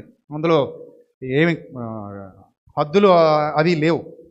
మీ కలిమిని బట్టి, మీకు దేవుడిచ్చిన దాన్ని బట్టి ఒకవేళ ఎవరైనా సపోర్ట్ చేయాలనుకుంటే 10 రూపాయలైనా, 100 రూపాయలైనా, 1000 రూపాయలైనా, 5000 10,000 మీ ఇష్టం. మీకున్నంతలో అది సపోర్ట్ చేస్తే ఆ సహకారాన్ని తీసుకెళ్ళి వాళ్ళకి అందిద్దాం. ఆగస్టు నెలలో వెళ్దాం. రైట్. ప్రార్థన చేద్దాం. తల్ల వంచండి. సర్వశక్తుడా, సకల ఆశీర్వాదములకు కారణభూతుడా, మా కన్న తండ్రి, మీ పవిత్ర నామానికి స్తుతులు, స్తోత్రాలు తండ్రి. ఇంతవరకు విలువైన మీ మాటలతో మా హృదయాలు తృప్తిపరిచినందుకు స్తోత్రం. మీ బిడ్డలను బలపరచండి, మీ కృపలో భద్రపరచండి, జ్ఞానం ఇవ్వండి, వివేకం ఇవ్వండి. మీ సన్నిధి కాంతి మీ బిడ్డల మీద ప్రకాశింపజేయండి. మీ సన్నిధాన వర్తనులుగా నిలువబెట్టండి ప్రభువా. లోతైన సత్యములోనికి మమ్మల్ని అందరినీ నడిపించండి ప్రభువా. విలువైన మీ మాటలను విని వాటిని గ్రహించి అర్థం చేసుకోగలిగే భాగ్యాన్ని ప్రసాదించండి. సమయానుకూలంగా మీరు ఎలాగైతే స్పందించారో, మీ భక్తులు ఎలాగైతే స్పందించారో, అపోస్తులు ఎలాగైతే స్పందించి వాళ్ళకున్న హక్కుల్ని వినియోగించుకున్నారో, మేము కూడా అలాగే ప్రభువా మా హక్కుల్ని వినియోగించుకుంటూ మీ సత్యములో కొనసాగుటకు మాకు సహాయం దయచేయమని ఘనత, మహిమ, ప్రభావాలు మీకు చెల్లిస్తూ క్రీస్తు వారి శ్రేష్టమైన అతి పవిత్రమైన నామంలో ఈ ప్రార్థన మనవులు అడిగి వేడుకొనిచున్నాం మా కన్న తండ్రి. ఆమెన్. అందరికీ వందనాలు. May God bless you all.